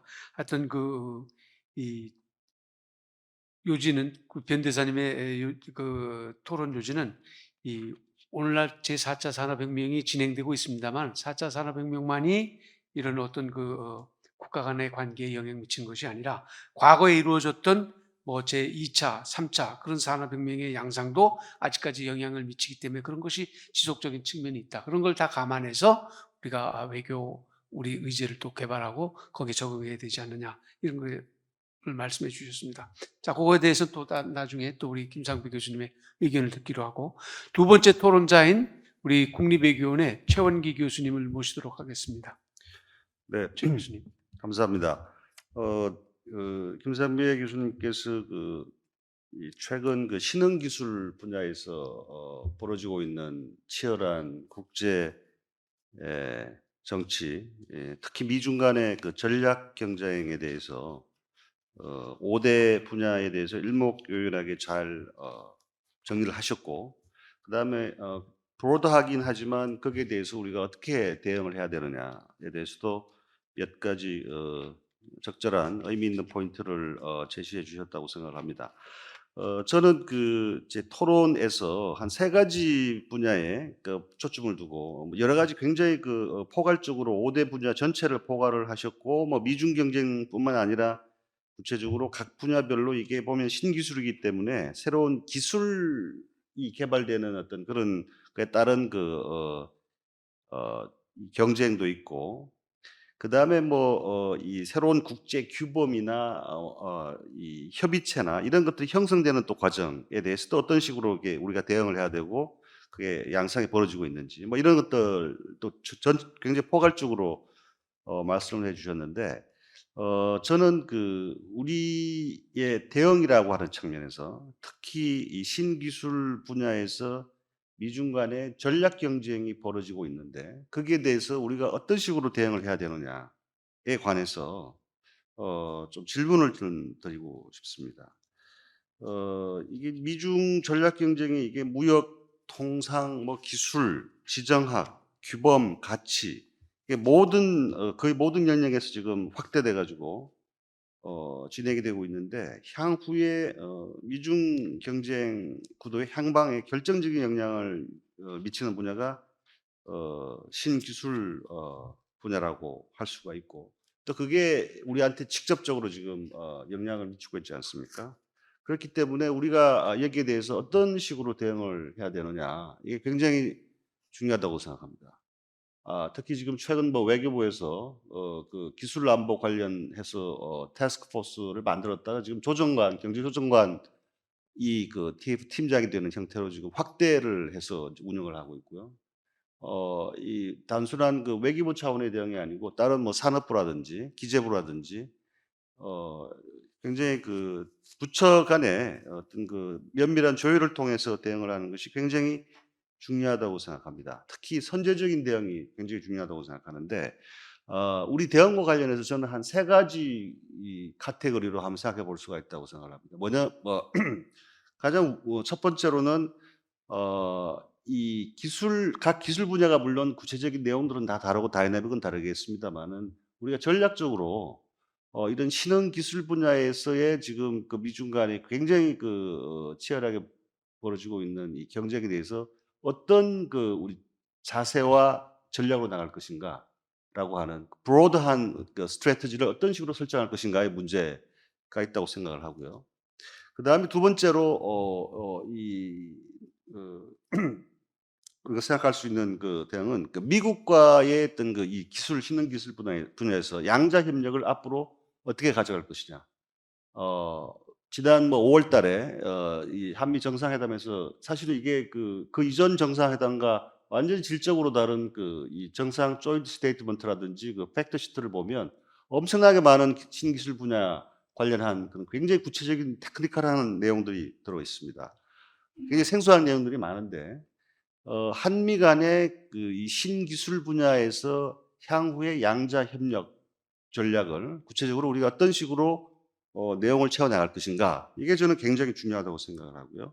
그 다음에 교수님께서도 발표에서도 여러 군데에서 지적을 해주셨는데, UN이라든지 그다음에 그 각종 그 기술 분야에 관련되어 있는 국제 협의체라든지, 그다음에 이게 새롭게 형성되고 있는 기기 때문에 일종의 그 established 이 인스티튜션이 없는 분야들이 많습니다. 이런 경우에는 뭐 유사 입장국이라든지 뭐 이게 합종 연행하는 뭐 이런 게 있는데, 이런 그 다자 차원에서 어떤 식으로 우리가 대응할 것인가. 그다음에 특히 또 이 신기술 분야는 이 모든 뭐 나라들이 참여한 게 아니고 능력이 되고 관심 있는 나라들이 참여하는 거 아니겠습니까? 그러니까 이게 소다자 협력이 굉장히 중요한데, 그런 소다자 협력 전략을 우리가 어떻게 할 거냐, 대응을 할 거냐, 뭐 쿼드, 파이브 아이 좀 여러 가지 있는데 이런 차원의 한 세 가지 정도로 우리가 좀 생각해 볼 수 있다, 이런 생각을 하고요. 우선 첫 번째로 우리가 그 미중 사이의 신흥기술 분야의 전략 경쟁에 대해서 어떤 식의 대응을 할 것인가. 김삼혜 교수님은 그 발표문 말미에 보면 미중 사이에서 중개 전략의 발상을 바탕으로 미국과는 한미 협력을 업그레이드를 하고, 그다음에 중국과는 한중 협력의 향후의 가능성을 또 열어놓을 필요가 있다. 이런 큰 틀을 중심으로 해서 우리가 대응할 필요가 있지 않겠느냐, 뭐 이렇게 말씀을 해 주셨는데, 굉장히 타당하다고 생각합니다. 굉장히 브로드한 거시적인 차원에서. 그런데 이제 그 발표문에도 잘 지적을 해 주셨지만, 그 미국이 트럼프 정부 이후에 신기술 분야에서 중국을 타겟으로 해가지고 굉장히 많은 종류의 규제, 그다음에 그 수출 통제를 강화를 하고 있습니다. 초기에는 이 국가 안보라고 하는 그 명분을 가지고 이 통제를 강화를 했는데, 지금은 뭐 그 명분이 굉장히 다양합니다. 국가 안보뿐만 아니라 뭐 굉장히 많습니다. 우리도 이제 여기에 영향을 받고 있는데, 그런 이 거시적인 차원에서 이 신흥기술 분야에서 미중 간에 지금 굉장히 배타적인 형태로 지금 경쟁이 진행이 되고 있는데, 과연 우리가 어떤 식으로 중개 전략을 할 수가 있는지. 양다리를 걸치는 건 다 좋은 거죠. 다 그게 가능하다면 미국하고도 중국하고도 협력이 되고 상호 중립되지 않고, 오히려 미중 간의 이 경쟁을 우리가 중개할 수 있는 그런 위치나 능력이 된다 그러면 굉장히 그건 유효한 전략이라고 생각을 하는데, 과연 그게 가능한지, 그다음에 그걸 가능하게 하기 위해서 우리가 필요한 게 뭔지, 이런 부분에 대해서 좀 고민을 할 필요가 있고, 좀 추후에 지혜를 모을 필요가 있다고 생각을 합니다. 특히 교수님도 이 발표문에서 지적을 했는데, 이게 어떤 진영에 대한 선택의 문제로 지금 다가오는 경우가 굉장히 많거든요. 그렇게 되면 이게 중개한다는 게 상당히 이게 어렵게 되고, 특히 지금 이 미국은 중국에 대해서 굉장히 세게 나오고 있는데, 우리가 뭐 가가지고 중국하고 어떻게 뭐 중개를 하겠다라고 하는 것 자체는 이게 어려울 수도 있다고 생각을 합니다. 그래서 그 부분에 대해서 우리가 좀 어떤 식으로 대응을 해야 되는지, 그게 굉장히 좀 중요한 거시적인 차원에서 우리 대응 전략을 모색하는 데 있어서 중요한 과제라고 생각을 하고요. 그다음에 두 번째는 미국과 그 양자 차원의 협력을 앞으로 어떻게 가져갈 것이냐. 특히 이 미국과 협력 체제를 어떻게 구축하느냐가 좀 굉장히 중요하다고 생각합니다. 그런 면에서 지난 5월 달에 한미 정상회담에서 각종 그 신기술 분야에서 다양한 합의를 했는데요. 이걸 우리가 앞으로 어떻게 그 후속 조치를 하고 미국과 이 파트너십을 강화 확대하느냐, 이게 굉장히 중요하다고 생각합니다. 그 합의 내용을 보면 아까 전에 그 차관님께서도 잠깐 지적을 하셨는데, 이 신기술 차세대 그 제조업 분야의 그 핵심 기술 분야들을 다 망라를 하고 있습니다. 차세대 배터리, 수소 에너지, 그다음에 탄소 포집 저장 CCS 같은 그 청정 에너지, 그다음에 AI, 5G, 그다음에 차세대 이동통신, 그래서 6G, 그다음에 오픈 랜 테크놀로지, 그다음에 양자 기술, 바이오 기술, 뭐 이런 굉장히 구체적인 분야들을 공동 선언문에서 이미 다 지적을 했습니다. 그리고 그런 차원에서 그런 분야에서 한미 간의 파트너십을 구축하겠다. 그리고 분야별로 뭐 워킹 그룹을 만들고 뭐 하겠다 이런 게 나와 있는데 이걸 이제 그 구체화시키는 작업이 굉장히 중요하다고 생각합니다. 이게 어떤 식으로 진행이 되고 있는지 다음 그 토론을 해주시는 우리 외교부 과장님께서 나와 계신데 그 관련해서도 좀 논의를 좀 했으면 좋겠고요. 그 다음에 지난 5월달에 그 한미 합의사항 중에서 그런 부분이 있습니다. 핵심 기술 분야에 있어서 해외 투자 심사, 그 다음에 수출 통제 협력을 강화하기로 했다고 합의가 있어요. 이걸 위해서 미국 재무부하고 우리 이 기재부라고 되어 있지 않고 관련 부처라고 그렇게 워딩은 나와 있는데 미국 재무부하고 우리 관련 부처하고 기술적 수준에서 투자 심사 강화를 위해서 워킹 그룹을 만들겠다 뭐 이런 그 합의 내용이 있습니다. 이게 지금 그 최근 문제가 되고 있는 그 하이닉스 반도체 있지 않습니까? 그 장수성 그 공장에 그 뭐죠? 그 노광 장비 설치 지금 제동의 근거인지, 그러니까 이 한미 간의 이 수출 통제 기술 분야에서 수출 통제를 협력 강화를 하기 위해서 만든 이 워킹 그룹 논의가 지금 어떤 식으로 진행되고 있는지, 그리고 지금 우리는 그건 어떻게 대응을 하고 있는지 그게 좀 궁금하고요. 그 다음에 이제 마지막으로 이 다자 차원, 소다자 차원의 협력도 굉장히 중요한데 가장 직접적으로는 지금 쿼드라든지 파이브 아이즈 이런 거 관련해서 지금 미국이 쿼드 전략을 완전히 바꿨습니다. 이 쿼드 4개국이 물론 해군 훈련을 하긴 합니다. 그렇지만은 이 아세안이라든지 한국도 마찬가지고 쿼드에 대한 그 군사 협력에 대한 어떤 그 부정적인 소극적인 게 너무 크기 때문에 완전히 이 기후 변화라든지 백신 공급, 그 다음에 신기술 분야 같은 완전히 그 일종의 이 기능 신기술 분야의 그 기능 협력체로 완전 전환을 했거든요. 그래서 우리도 한미 정상회담에서 미국하고 양자 차원에서 클라이밋 체인지, 그 다음에 핵심 제조 뭐 이런 분야에서 이 양자 차원의 그 워킹그룹을 만들기로 했는데 이 쿼드나 파이브 아이즈하고 우리하고 또 이 파트너십을 구축하는 것도 굉장히 중요하다고 생각합니다. 그런데 이 부분은 지금 크게 좀 구체화되고 있지 않은 것 같고 이게 향후에 굉장히 그 소다자 협력 차원에서 중요한데 이걸 어떤 식으로 좀 우리가 추진해 나가야 되는지 좀 그걸 얘기를 할 필요가 있다고 생각합니다. 네, 이상으로 토론 마치겠습니다. 감사합니다. 네, 최 교수님, 감사합니다.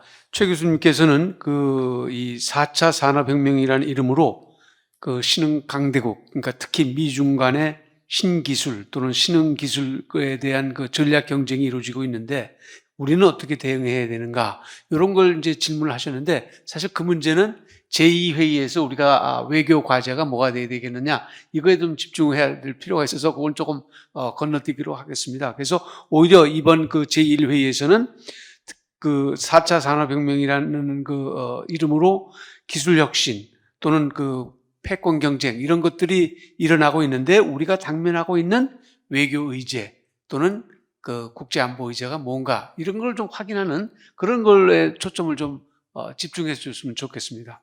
자, 다음 제 세 번째 토론자는 우리 외교부 본부의 국제안보과장이신 김수은 과장님을 모시도록 하겠습니다. 특히 국제안보과는 지난 11월 16, 17 양일에 걸쳐서 세계 신안보 포럼이라는 이름으로 아주 신안보 위협 대응을 위한 다자협력의 미래라는 국제회의를 개최를 했습니다. 그래서 거기에서 보건안보 위기, 그 다음에 사이버 공간에서 제기되는 위협과 문제, 그 다음에 세 번째로 국제평화안보를 위한 신기술의 개발 사용과 국제협력. 그래서 현재 제기되고 있는 진짜 신안보 위협이 무엇이냐, 실체가 무엇인가, 이런 것을 갖다가 세계적인 전문가들을 초청해서 물론 대면과 비대면 회의, 혼용 회의를 했습니다만 그런 좋은 회의를 했습니다. 그래서 마침 우리 이번 제1회의가 이런 4차 산업혁명 진행에 따른 우리가 당면하고 있는 외교 의제, 신국제안보 의제가 뭐냐, 이런 걸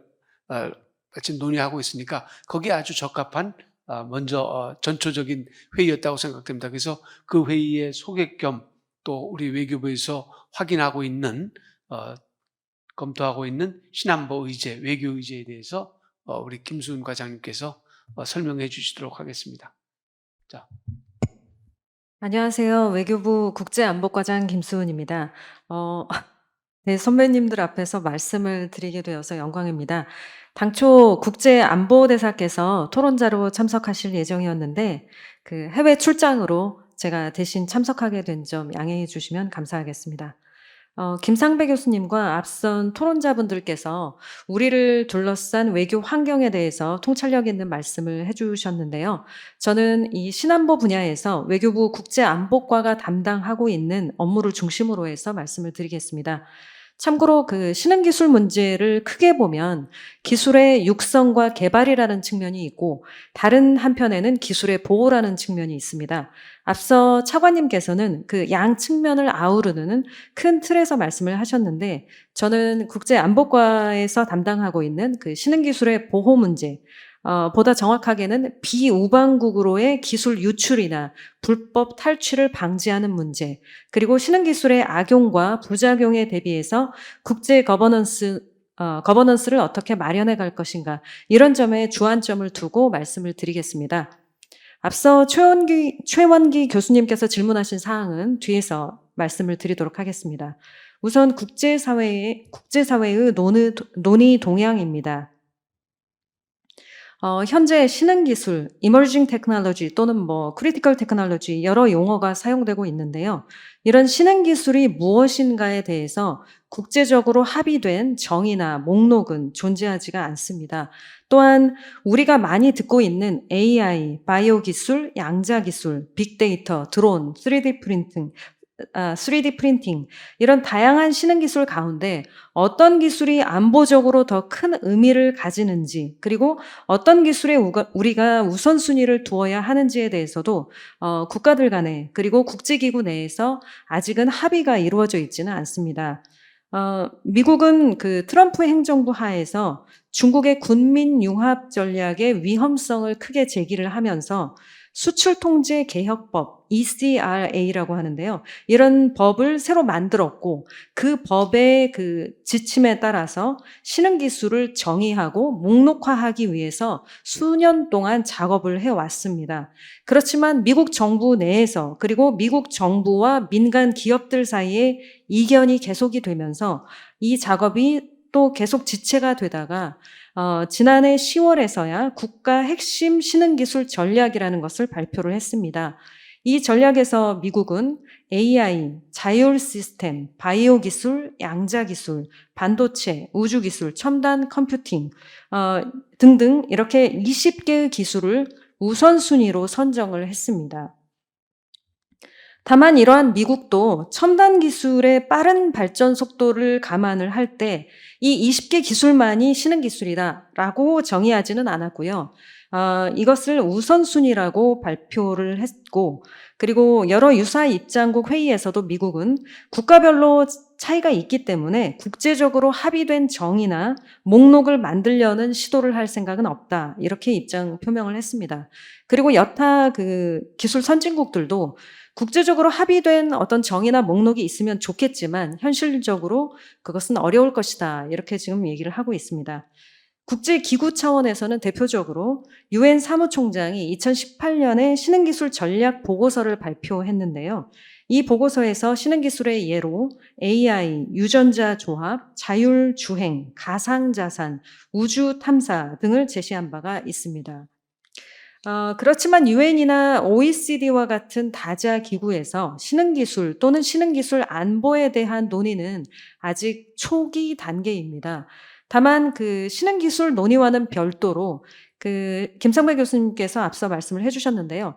사이버 안보에 대한 국제적인 규범을 만들어 보자, 이런 논의는 UN 총회 1위원회에서 2004년 이후로 수년간 계속 진행이 되고 있고, 최근에는 3위원회에서 사이버 범죄에 특정된 국제 협약을 만들기 위한 논의가 이제 시작이 되었습니다.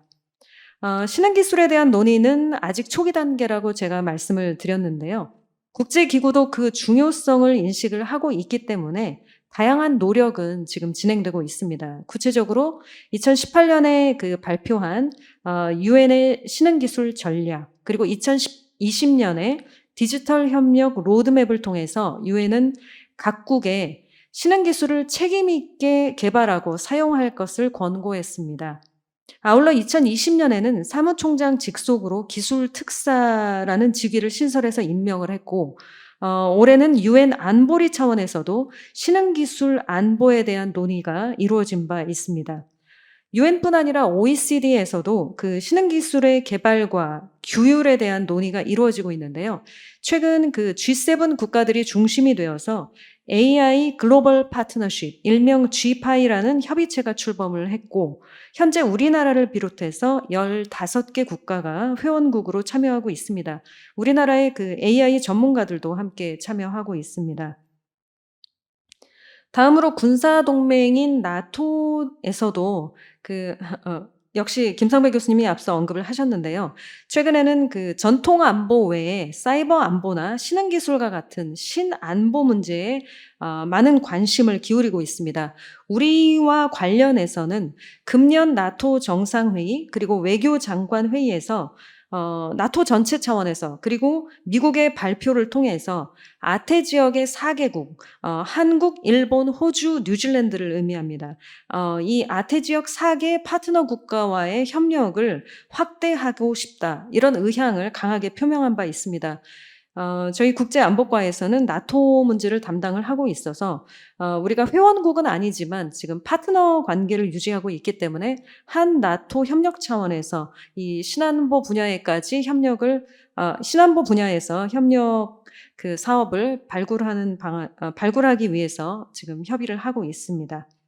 이 외에도 일부 국가들이 참여하는 그 소규모의 다자 협의체들이 있는데요. 미국이 주도하는 신흥기술 안보회의, 그리고 프라 5G 안보 컨퍼런스가 있고, 우리가 참여하고 있지는 않지만 쿼드 핵심 신흥기술 실무그룹 회의도 있습니다. 현재 신흥기술은 이렇게 산업 경쟁력뿐 아니라 국가 안보, 인권, 이렇게 다양한 분야에 영향을 미치고 있습니다. 이렇기 때문에 미국과 중국을 위시한 그 주요국들은 기존의 국가 안보 전략을 수정하거나 아니면 별도의 전략을 마련하고 있고, 또는 정부 조직을 새롭게 신설하거나 개편하는 노력도 기울이고 있습니다. 구체적으로 호주는 올해 4월 달에 사이버 핵심 기술 관여 전략이라는 걸 발표했고요. 러시아는 지난 7월에 국가 안보 전략을 개정을 하면서 사이버 안보라는 항목을 신설을 하고 과학기술 항목도 강화했습니다. 조직 측면에서는 미국이 지난 10월입니다. 최근 국무부에 사이버 공간 디지털 정책국을 신설하고 핵심 신흥기술 담당 특사를 신설하겠다, 이런 계획을 발표를 했습니다. 그리고 러시아는 이미 지난해에 국제정보안보국을 신설을 했고, 중국도 외교부 내에 인터넷 사무 판공실을 운영을 하고 있습니다. 그리고 일본도 외무성 그 외교정책국 내에 신안보 위협과를 신설을 했고, 호주는 사이버 안보 대사를 사이버 핵심 기술 대사로 직무 범위를 더 확대했습니다. 우리 정부의 노력에 대해서도 궁금해 하실 텐데요. 그 범정부 전략 측면에서 먼저 말씀을 드리면, 우리 정부는 그 국가안보실을 중심으로 2019년에 국가 사이버 안보 전략을 발표를 했습니다. 신흥 기술과 관련해서도 그간 차세대 통신 기술인 6G, 그 다음에 양자 기술, 바이오 헬스, 그 다음에 블록체인 등 분야별 전략을 과기정통부 주도로 발표를 했습니다. 다만 현재로서는 그 기술의 육성과 보호, 이 양 측면을 아우르는 조직과 법령이 과기문화산업부 등 여러 부처에 분산되어 있어서 그 우리 정부의 역량을 결집하는 데 한계가 있다, 이런 문제의식을 갖고 최근에 범정부적인 메커니즘을 만들기 위한 노력이 다각도로 진행되고 있습니다. 외교부 차원에서는 그 신흥기술에 대한 국제 거버넌스를 마련하기 위한 논의에 적극적으로 참여하고 있습니다.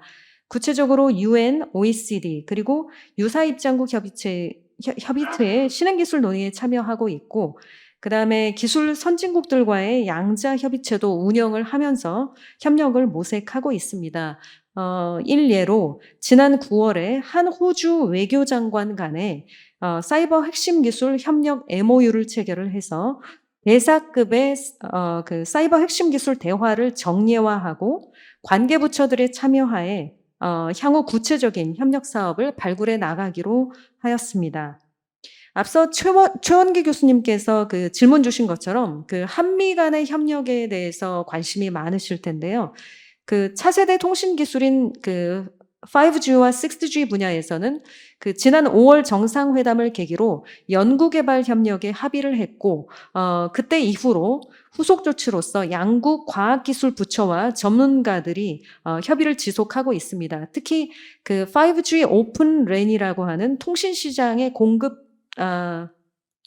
그 5G 오픈 랜은 통신 장비 시장의 공급자가 제한적인 데 따른 그 문제의식에서 출발해서 그 공급자, 서플라이어를 다변화할 수 있도록 상호 호환성이 높은 기술을 개발하자는 그런 노력입니다. 그래서 삼성과 같은 우리 기업, 그리고 미국 기업들이 함께 참여해서 오픈랜 얼라이언스라는 활동을 하고 있습니다. 이런 민간 차원의 협력도 정부 차원의 협력과 동시에 이루어지고 있습니다. 아울러 외교부가 주도적으로 참여하는 그 5G 컨퍼런스에서는 그 5G 네트워크의 보안성을 강화해서 사이버 안보, 데이터 안보를 높이기 위한 방안, 그리고 국가들이 자발적인 규범, 행동 규범을 만들기 위해서 노력을 하고 있고, 지난 9월에는 그 한미 간에 사이버 워킹 그룹이 출범을 했습니다. 그래서 랜섬웨어와 같은 그 사이버 공격, 또 사이버 범죄에 공동으로 대응할 수 있도록 법 집행기관 간의 협력 채널을 마련을 했습니다. 물론 외교부도 같이 참여하고 있습니다. 그 AI 분야에서도 외교부가 중심이 되어서 미국 AI 국가안보위원회가 주최하는 글로벌 신흥기술 고위급 회의에 참여하고 있는데요. 그 신흥기술 안보에 관한 규범을 마련하기 위한 유사 입장국 간의 노력이라고 보시면 될 것 같습니다.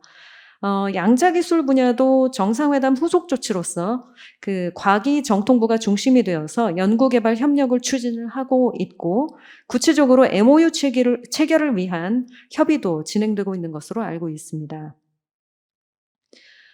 그 밖에 외교부는 그 새롭게 등장하는 안보 위협 대응을 위한 국제 협력에 보다 주도적으로 참여하기 위해서 앞서 이서왕 부회장님께서 그 소개해 주신 것처럼 금년 11월에 제1차 세계 신안보 포럼을 출범을 시켰습니다. 코로나19 상황을 감안해서 올해는 하이브리드 방식으로 개최를 했는데요. 그 민관학 등 각계의 최고 전문가를 초청을 해서 열린 논의의 장을 제공한다, 이런 목표를 가지고 있습니다. 그래서 미국, 프랑스 등 서방 입장국뿐 아니라 중국, 러시아 등에서도 그 전문가들이 참여를 했습니다. 참고로 올해는 그 보건안보, 사이버 안보, 신기술 안보 이렇게 3개 주제를 선정을 했는데, 매년 그 시의성 있는 주제가 선정될 수 있도록 그 학계 전문가분들의 의견을 들을 예정입니다. 오늘 발제를 맡아주신 그 김상배 교수님도 그 세계 신안보 포럼의 자문위원으로 참여해 주셔서 다시 한번 감사를 드립니다. 이상으로 국제 논의 동향과 우리의 그 대응 상황에 대해서 부족하지만 말씀을 드렸습니다. 감사합니다. 네, 우리 이 김수훈 과장께서는 그 제4차 산업혁명이 그 포괄하고 있는 이른바 신흥기술에 대한 국제적인 그 논의 동향, 그리고 또 신흥기술은 산업 경쟁력뿐만 아니라 국가안보, 인권 등 다양한 분야에 영향을 미치기 때문에 우리가 어떻게 대응해야 되느냐, 그중에서도 특히 일부 주요국들의 그 조직에 관한 개편 문제, 이런 것도 소개해 주시면서 우리가 어떤 식으로 대응해야 된다, 그런 걸 현황을 이제 말씀해 주셨습니다. 자, 몇 가지 이제 우리 김상배 교수님에 대한 질문 이런 것도 나왔습니다만은, 대체적으로 우리가 어떻게 해야 되겠느냐, 이거는 앞으로 제2회의에서 많이 논의될 것 같거든요. 그래서 그거는 조금 제2회의로 넘기기로 하고, 지금 시간이 상당히 흘러갔기 때문에 여기 현장에 참석하시고 계신 분이나 아니면 우리 줌을 통해서 참여하시고 있는 분들이 이 질문이 있을 거라고 생각됩니다. 그래서 먼저 김상배 교수님이 답변하시기 전에 먼저 현장 우리 여기 계신 분들의 질문부터 몇 가지 받도록 하겠습니다. 그래서 짧게 한 2분 정도 현장에 계신 분 어떻게 질문이 갖고 계신 분 계십니까? 아니면 지금 줌을 통해서 하는 분도 그 손들기 프로그램에 의해서 메시지를 준다든지 그러면은 바로 우리 김상배 교수님이 그거를 포착을 해서 답변을 드리도록 하겠습니다. 자, 여기서 우선 먼저 현장에 계신 분들이 네, 그럼 우리 남정호 중앙일보 논설위원님. 예, 저는 김 교수님하고 다른 분들한테도 좀 말씀드리고 싶은데, 김 교수님 말씀한 것 중에서 제일 인상적인 게 미국하고 중국 간에 상당히 한국이 그 위치를 잘 잡아야 된다고 얘기를 하셨지 않습니까? 저는 아주 전적으로 동감을 하는데요. 지금 미국이 특히 반도체 관련해가지고 중국에 대해서 굉장히 많은 압력을 넣어가지고 상당히 반도체 공급망에서 이제 제외시키려고 하고 있는데, 한국이 잘 아시다시피 한국의 반도체가 전 세계에서 70%고, 그리고 중국이 수요가 한 60%로 돼 있어서 중국이 반도체의 큰 시장이지 않습니까? 근데 저희가 미국의 정책에 그냥 따라서 그냥 그 반도체 수출을 저희가 안 하게 되면 어떤 일이 있냐면은, 마치 지난번에 일본이 우리나라에 수출 규제를 하는 바람에 우리나라가 자율적으로 자급자족을 하는 그런 현상이 일어나서 저희가 반도체 수출 규제에 동참할 경우에는 도리어 중국의 자생적인 반도체 산업을 육성하는 그런 효과를 낳아서 장기적으로는 그건 우리나라 국가 이익에 어긋나는 거 아닌가. 그러니까 저희가 미국의 반도체의 중국 견제 정책에 들어갈 때도 한국의 우리의 입장을 생각을 해서 해야 되는 거 아닌가, 그렇게 저는 그렇게 생각을 하는 거거든요. 근데 그에 대해서 교수님이나 최 교수님도 그와 비슷한 얘기를 하셨는데 어떻게 생각하시는지 좀 의견을 묻고 싶습니다. 네, 우리 신명호 대사님 간단하게 말씀해 주시죠.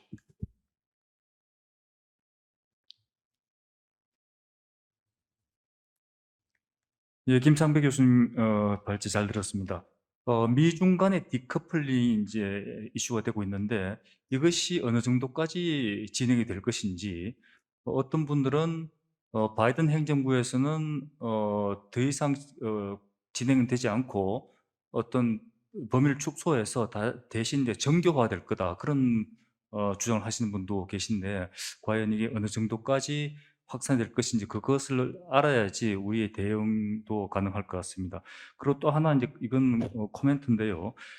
지금 신흥 안보 이슈도 결국은 미중 갈등이라는 어떤 지정학적인 구도 속에서 벌어지고 있기 때문에 어떤 정통적인 지정학적 관점에서 상당 부분 해석이 될 것 같고, 단지 지금 4차 산업혁명 차원에서 벌어지는 것은 안보와 기술, 경제 이런 것이 상호 굉장히 긴밀하게 연계되어 있기 때문에 교수님 말씀하신 대로 복합적인 현상이기 때문에 좀 다른 거 아닌가. 그렇다면 우리의 대응도 조금 종합적으로 전 정부 부처적으로 대응이 되어야 될 것으로 생각이 됩니다. 그런데 교수님 쓰신 논문 보면은 청와대 사이버 안보 담당 비서관의 위선과 역할, 수립, 그리고 외교부의 조직 정비, 이런 차원으로 말씀하셨는데, 제가 볼 때는 이 공급망까지 포괄하는 전 정부적인 조직이 별도로 필요하다, 저는 그렇게 생각합니다. 감사합니다. 네, 그러면 우리 김상배 교수님께서 아까 세 분이 이 토론한 거 있지 않습니까? 그거에 대한 좀 평론을 하나 답변을 해주시고, 그 다음에 지금 현장에서 우리 남정호 논설위원님하고 신명호 대사께서 제기하신 미중 간의 반도체 문제, 그거에 대해서 종합해서 답변을 해주시죠. 예, 반도체 문제는 최영기 교수 답변하시겠어요? 시간 되시면 제가 특히 이렇게 반론을 제기할 종류의 그런 코멘트들은 아니셔서 약간 보완하는 식으로 몇 가지만 말씀드리면, 변대우 대사님 말씀은 이게 4차 산업혁명에 대한 얘기를 하는데 1, 2, 3차라고 하는 이전의 산업혁명의 역사적인 맥락에서 연속성의 차원에서 봐야 되는 측면이 있다. 그걸 놓치지 말아라. 있다라고 하는 지적이신 것 같고, 거기에 대해서는 전적으로 동의하는 바이고요. 그런데 이제 연속성과 변화를 이제 같이 봐야 되는 과제가 최근에 생기는 부분이어서 1, 2, 3차, 4차 이게 사실은 학계에서도 아직 완전히 정립되지 않은 개념 구분이어서 논란이 여전히 있지만 일단 그냥 주어진 거로 놓고 봤을 때 4차 산업혁명이 이전의 산업혁명들하고 다른 거, 연속성, 지속성이 아니라 이거는 좀 새로운 거가 있다면 무엇일까라는 부분이거든요. 예. 제가 보기엔 AI하고 데이터, 초연결된 사회 속에서 나타나는 클라우드 컴퓨팅이라고 그러죠. 그런 컴퓨팅 환경이 생겼다라는 거예요. 그래서 그 환경을 바탕으로 데이터를 수집하고 그걸 AI로 프로그램으로 처리해 가지고 만드는 뭔가의 새로운 부가가치가 이루어지는 게 큰 차이점에 해당되는 부분인데, 이 저희가 4차 산업혁명이라는 얘기도 2016년에 이게 다보스 포럼이 부르고 난 다음에 이런 얘기 있었지, 그전에는 이렇게 얘기 안 했잖아요. 그리고 그 제레미 리프킨이 쓴 책도 보면 3차 산업혁명이라는 책이 있는데 그게 지금 얘기하는 4차 산업혁명 얘기 다 하면서 2010년대 초반에 얘기를 했었고, 일상적으로는 보통 우리가 정보통신혁명, 정보혁명 뭐 이렇게 불렀던 부분이어서 사실은 이 용어 자체에도 보면은 다양한 어떤 시각이나 말하는 사람의 이해관계 뭐 이런 것들이 좀 반영되어 있는 거라는 생각은 좀 들어요. 그러니까 다른 말씀으로 드리면은 지금 1, 2, 3, 4차 산업혁명이라는 말을 똑같은 내용을 1, 2, 3, 4차 정보혁명이라고도 얘기할 수 있거든요. 예. 그러니까 변하고 있는 측면을 좀 더 강조하면서 보는 부분인 거죠. 그런 부분인 건데, 근데 어느덧 세계적으로도 산업혁명의 다음 버전이라는 얘기를 하고 있고, 우리는 더 즐겨 쓰고 있는 이런 상황의 기저에는 우리는 어떤 면에서는 인프라나 하드웨어를 기본에 깔고 그걸 좀 더 스마트하게 만드는 속에서 문제를 보려고 하는 약간 좀 연속성에 좀 더 초점을 두는 기술의 미래에 대한 비전 뭐 이런 것들이 좀 관심이 좀 많고 더 친숙하게 느껴지는 거죠. 이게 좀 입에 붙는다고 보통 그러잖아요. 그런 식의 얘기인 건데, 똑같은 얘기에 변화 측면을 강조하는 얘기도 충분히 할 수 있다. 그러니까 뭐 4차 정보혁명이라고 얘기할 수도 있고, 그쪽 부분은 오히려 소프트웨어를 고도화시키고, 그죠? 그런 과정에서 그 주요 액터들의 커뮤니케이션을 활성화시키고, 요새 뭐 콘텐츠에 대한 관심들이 많은데 미디어 콘텐츠다 이런 쪽에 해당되는 부분들의 부가가치를 좀 더 증대시키는 방향으로 인프라와 하드웨어를 오히려 세컨더리하게 활용하는 뭐 이런 식의 비전에 대한 얘기도 있을 수 있거든요. 그러니까 어떤 면에서는 이게 기술의 미래라고 하는 게 연속성과 변화가 같이 얽혀지면서 좀 만들어져 가고 있는 부분이고, 기술이 그냥 중립적으로 우리한테 다가오는 게 아니라 우리한테 가장 익숙하고 또 유리한 기술을 또 끌어달리려고 하는 이런 식의 부분들이 있어서, 저는 그런 맥락에서는 최근에 쓰여지고 있는 용어 중에 트랜스포메이션이라는 말이 좋은 말인 것 같아요. 그 디지털 전환이라고 하는데, 트랜스포메이션이 사실은 변화와 연속성을 좀 다 담아내는 용어이거든요. 일종의 폼을 바꾸는 거고, 그 대신에 거기에 해당되는 매터, 진료는 같은 거지만 이게 형태를 바꿔가면서 다르게 보이는 이런 그 양면적인 부분을 좀 담아내는 부분이어서, 그 정리해서 말씀드리면 지속성과 연속성에 대한 부분을 놓치지 말아야 되지만, 변화라고 하는 거를 이렇게 무시할 수는 없는 큰 변화들이 벌어지고 있다라고 하는 부분들. 그게 이제 뭐 기술에 대한 얘기인 동시에 국제 정치 분야에도 이제 연결되는 얘기일 수 있다라고 하는 부분 말씀드리고 싶고요. 최원희 교수 말씀하신 파트 부분은 그 전체적인 그 뜻은 최근에 제가 제일 관심 있는 분야 중에 하나예요. 그러니까 너무 국제 정치학자들이 거시적인 총론만 얘기하잖아요. 전략. 강론을 지금 얘기해서 구체적으로 우리가 뭘 해야 되는지를 좀 짚어봐야 되는 것이지 않냐, 라고 하는 거고, 사실은 올 하반기에 제일 열심히 공부하고 있는 분야가 각각 이슈별로 한국이 어떠한 전략을 가져갈 거냐에 대한 고민.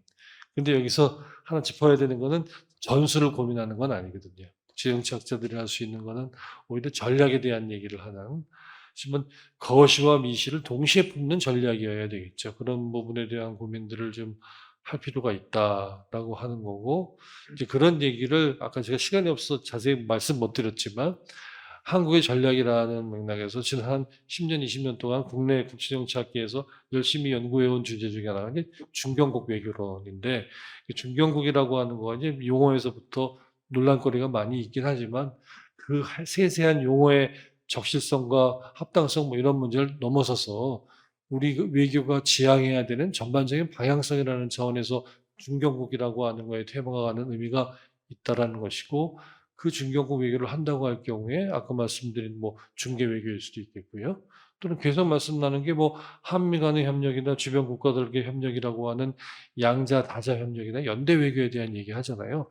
중경국이 중경국 외교를 혼자 할 수 있는 건 아니거든요. 여럿이 이렇게 같이 연대하는 포맷이 좀 필요한 거고, 미중 사이에 혼자 끼어들어가 가지고 어떤 면에서는 이게 양쪽으로부터 더 당하는 이런 상황을 우리가 원하는 건 아니기 때문에 우리하고 비슷한 처지에 있는 국가들이 같이 가는 연대 외교에 대한 발상, 더 나아가서는 규범이나 이런 분야에서 국제 규범의 형성 과정에 참여하는 것뿐만 아니라 또 경우에 따라서는 이게 규범이라는 말이 약간 가치나 윤리라는 말도 담고 있잖아요. 그러니까 어떤 힘센 강대국들이 만들고 있는 규범에 뭐 힘만 세다고 다냐, 그거에 어떤 빈틈이 있을 수 있는 부분을 약소국 내지는 중견국의 시각에서 보완하는 뭐 이런 역할도 하는 부분들에 대한 얘기를 좀 더 분야별로 구체적으로 좀 해볼 필요가 있을 것 같고, 아까 말씀하신 것처럼 다자 외교나 소다자 외교나 또는 그 양자 외교 차원에서 벌어지는 다양한 이슈, 이런 것들도 개발해야 되는 과제들이 우리한테 제기되어진 것이 아닌가라는 생각을 해보게 됩니다. 마지막으로 간략하게 김순 과장님 말씀하신 거에 대한 보충 말씀을 조금 드리면, 예, 앞서 이런 다양하게 구체적으로 어떤 강론 전략과 총론 전략을 염두에 둔 강론 전략을 개발할 수 있는 추진 주체가 누구냐가 이제 제기되어지는 부분인데, 그러니까 사실 오늘 제가 말씀드린 주제도 보면 다 외교부 내에서 한 개과나 한 개 국이하고 있질 않거든요. 여러 군데에 분산되어 있는 주제들이라고 할 수 있고, 청와대에서도 보면은 뭐 비서실과 국가안보실이 분산되어 있는 이런 식으로 되어 있어가지고 이런 것들을 전체적으로 약간 좀 정비할 필요성 굉장히 있는 것 같습니다. 그리고 이게 외교보다 청와대 차원을 넘어서서 전 정부 차원의 대응 체계와 조직의 어떤 필요성에 대해서 지적해 주신 우리 신명호 대사님 지적은 뭐 적절한 말씀이신 것 같고요. 그래서 그런 것들을 전체적으로 정비하는 게 좀 필요한 부분이고, 이제 오늘 주제인 외교와 관련돼서 이제 외교부에서부터 먼저 조금 좀 그 전제를 정비하는 그런 노력이 좀 필요하지 않나라는 생각이 들어요. 아까 김순 과장님이 지적해 주셨지만 뭐 미국이나 유럽의 국가들은 이게 적어도 국 차원에서 이름이 뭐든지 간에 신흥기술국이건 디지털국이건 사이버국이건 이게 국 차원에서 전체적으로 관장하는 그런 좀 대응들을 하고 있는데, 우리도 좀 더 전향적으로 이런 분야에 대응할 필요가 좀 있지 않나? 라는 생각을 좀 하면서 말씀 마치겠습니다. 네. 최은규 교수께서 미중 간의 반도체 문제에 대해서 한국의 역할 뭐 이런 거에 대해서 뭐 하실 말씀 있으세요? 간단하게. 예. 저는 뭐 특별하게 지금 없는데요. 사실은 저는 제 역할이 질문을 제기하는 것이 대답을 제시하는 건 아닌데, 제가 이제 본 바로는 뭐 미중 간의 디커플링 있지 않습니까? 관련해서 다양한 의견들이 있다고 생각을 합니다. 근데 뭐 이호 교수나 이런 분들 말씀을 들어보면 이 디커플링이 현실적으로 불가능하다. 테크니컬리도 그렇고. 근데 미국의 전략적인 의도 자체는 이제 디커플링 방향으로 간다는 거죠. 그러면서 굉장히 국내적으로도 이쪽 뭐 동아시아나 유럽에서 과거에 했던 전략적인 산업 적정 같은 그런 정책 도구를 통해 가지고 시장에 개입하려고 하는 그런 역할을 많이 하고, 그다음에 상대적으로 미국이 이제 자유 방임이었는데 그 신기술이나 제조업 분야에서 이 레귤러터리 툴을 이제 강하게 쓴다는 거죠. 그렇게 되면 그게 이제 우리 기업이나 이런 시장 행위자들한테 임팩트가 오기 때문에 그 부분에 대해서 어떻게 대응할 거냐. 근데 그거는 제가 보기에는 그건 중개하고는 다른 것 같아요. 단순히 기술적으로 이 미중 간의 링키지를 통해 중개할 수 있다는 그건 아닌 것 같습니다. 예. 그럼 예, 김상배 교수. 네, 이 질문 혹시 답변하실 싶어 하시지 않을까 싶어서 말씀드린 건데, 남정호 선생님 질문하신 질문 관련돼서 이게 한미 간의 반도체하고 또는 한중 간의 반도체의 현재 쟁점이 되고 있는 핵심이 뭐냐? 기술이 아니거든요, 지금. 프로덕션 파트너에 해당되는 부분이어서 이게 지금 쟁점이 되고 있는 건 메모리 반도체가 아니라 파운드리 쪽에 해당되는 거잖아요. 그러면 그 기술의 제너레이션으로 놓고 봤을 때 현재 미국이 중국이나 다른 그 국가들에 비해서 한 두 제너레이션 쪽은 좀 앞서가고 있어요. 그렇기 때문에 그거의 기술 격차는 계속 유지하면서 지금 하려고 하는데 지금 문제가 된 거는 기술이 문제가 된 게 아니라 그걸 생산해 가지고서 공급하는 공급망의 안정성이 지금 문제가 되고 있는 부분이고 그러다 보니까 해외로 나가 있었던 뭐 미국의 기업이건 또는 미국에 공급을 하고 있는 대만이나 한국의 기업들이 좀 더 미국의 시장에 가까운 데 와 가지고 생산을 해 줬으면 좋겠다라고 하는 걸 얘기하고 있는 부분이어서 1차적으로는 한국이 뭐 삼성이나 이런 다른 반도체 기업들이 미국에 진출하는 것 자체는 어떤 면에서는 약간 뭐 우리 입장에서는 환영할 만한 파트의 부분이라고 할 수 있겠고, 근데 그런 과정 속에서 생산의 파트너가 된다는 얘기랑 기술의 파트너가 된다는 얘기는 다르기 때문에 이런 생산 분야에서 주어지게 된 기회를 활용해 가지고 좀 더 이 분야의 파운드리 기술은 이제 앞서가고 있는 미국이기 때문에 그 기술과 관련된 협력들을 하면서 우리가 선도적인 어떤 경계를 열어나가는 노력들이 우리 기업들한테도 필요하다. 근데 그런 과정 속에 문제가 되는 거는 중국에 우리 반도체 지금 생산 공장들이 가 있는 이런 문제 부분이어서 그게 또 이게 여러 가지 어떤 그 상황의 연계 속에서 우리에게 어떤 불이익이나 예기치 않았던 피해를 주게 되는 부분들에 대한 완충 장치를 만들어내는 부분들이 필요한 부분이고, 최근에 중국 같은 경우에도 이 기술 자체를 쫓아가는 거에 나름대로 한계를 느끼고 오히려 그 보통 3나노급이라 그러거든요. 첨단 기술이 해당되는 그거보다는 하여튼 10나노급에 해당되는 기술 정도에 거기서 벌어지는 시장 정도에만 뭐 나름대로 주력을 하겠다 뭐 이런 얘기가 나오고 있는 이런 부분이어서 미중이 가지고 있는 기술 격차 속에서 한국이 하고 있는 역할, 그리고 또 미국과의 기술 협력에 대한 부분, 또는 그 과정에서 지금 균열의 구조를 보이고 있는 글로벌 생산망에서의 어떤 역할의 규정, 뭐 이런 것들을 좀 더 고민하면서 미중을 보는 역할이 필요하다. 이제 그런 거를 브로드하게 아까 이제 뭐 중개 외교 브로커리지라고 한다면 그런 거의 역할에 대한 고민들이 좀 필요한 거고, 반도체 분야에서 설정되어지는 이런 브로커리지에 대한 역할은 배터리라든지 다른 이런 그 군사적인 임플리케이션을 다른 군사 기술들, 아까 그 뭐 수출 그 통제에 해당되는 얘기도 하셨는데 그런 거랑 좀 다르거든요, 이슈 자체가. 그래서 오버홀하게 모든 걸 다 통째로 다 갖다 집어넣고 한국의 전략을 논할 수는 없고, 어떤 면에서 분야마다 섹터별로 정교화된 차별화된 전략을 가지고 있고, 그거를 엮어내는 지금 뭐 메타 전략이라고 할까요? 이런 전략 차원의 것들을 그 외교나 안보 쪽에서 고민할 필요가 있다. 이게 그러다 보니까 경제나 산업부처와 외교안보부처까지 협력해야 되는 뭐 이런 부분이라고 할 수 있는 거죠. 시간이 없어서 디커플링 대답은 좀 이따 플로어에서 드리겠습니다. 네, 우리 제1회의의 주제가 바로 제4차 산업혁명 시대의 신국제안보 및 외교 의제였습니다. 그래서 제4차 산업혁명은 과거에 있었던 1차, 2차, 3차와 변화와 연속성이 다 포괄을 하고 있는 겁니다만은 그 중에서도 특히 제일 변화라고 한다면은 김상배 교수가 지적했듯이 AI, 즉 인공지능과 그 다음에 데이터였습니다. 그래서 그런 것들이 어떻게 안보와 만날 때 강대국 간 또는 이 주요국 간의 경쟁과 갈등이 일어나기 때문에 외교의 대응이 필요하다. 그래서 그 대응이 필요한 분야가 한 5개, 이런 걸 갖다 김상배 교수님이 주제 발표자가 잘 정리해 주셨습니다. 그래서 이 제1회의에서는 그런 문제점, 새로운 의제들을 확인한 거고, 제2회의에서는 이제 그러면 우리 외교가 어떻게 대응해야 될 건가, 그래서 대응 방향 이런 거를 이제 본격적으로 논의하리라고 봅니다. 자, 오늘 참석해 주신 여러분은 물론이고 특히 오늘 주제 발표를 해 주신 서울대 김상배 교수님, 그 다음에 토론에 참여해 주신 우리 변대호 대사님, 그 다음에 최원기 교수님, 그 다음에 우리 본부에서 와주신 김수은 과장님 다 수고하셨습니다. 자, 그런 뜻에서 박수로서 좀 격려해 주시면 고맙겠습니다. 자, 이것으로서 제1회의를 마치고 약 한 10분만 쉬고, 10분이 못 되게 쉬고 제2회의를 바로 시작하겠습니다. 자, 감사합니다.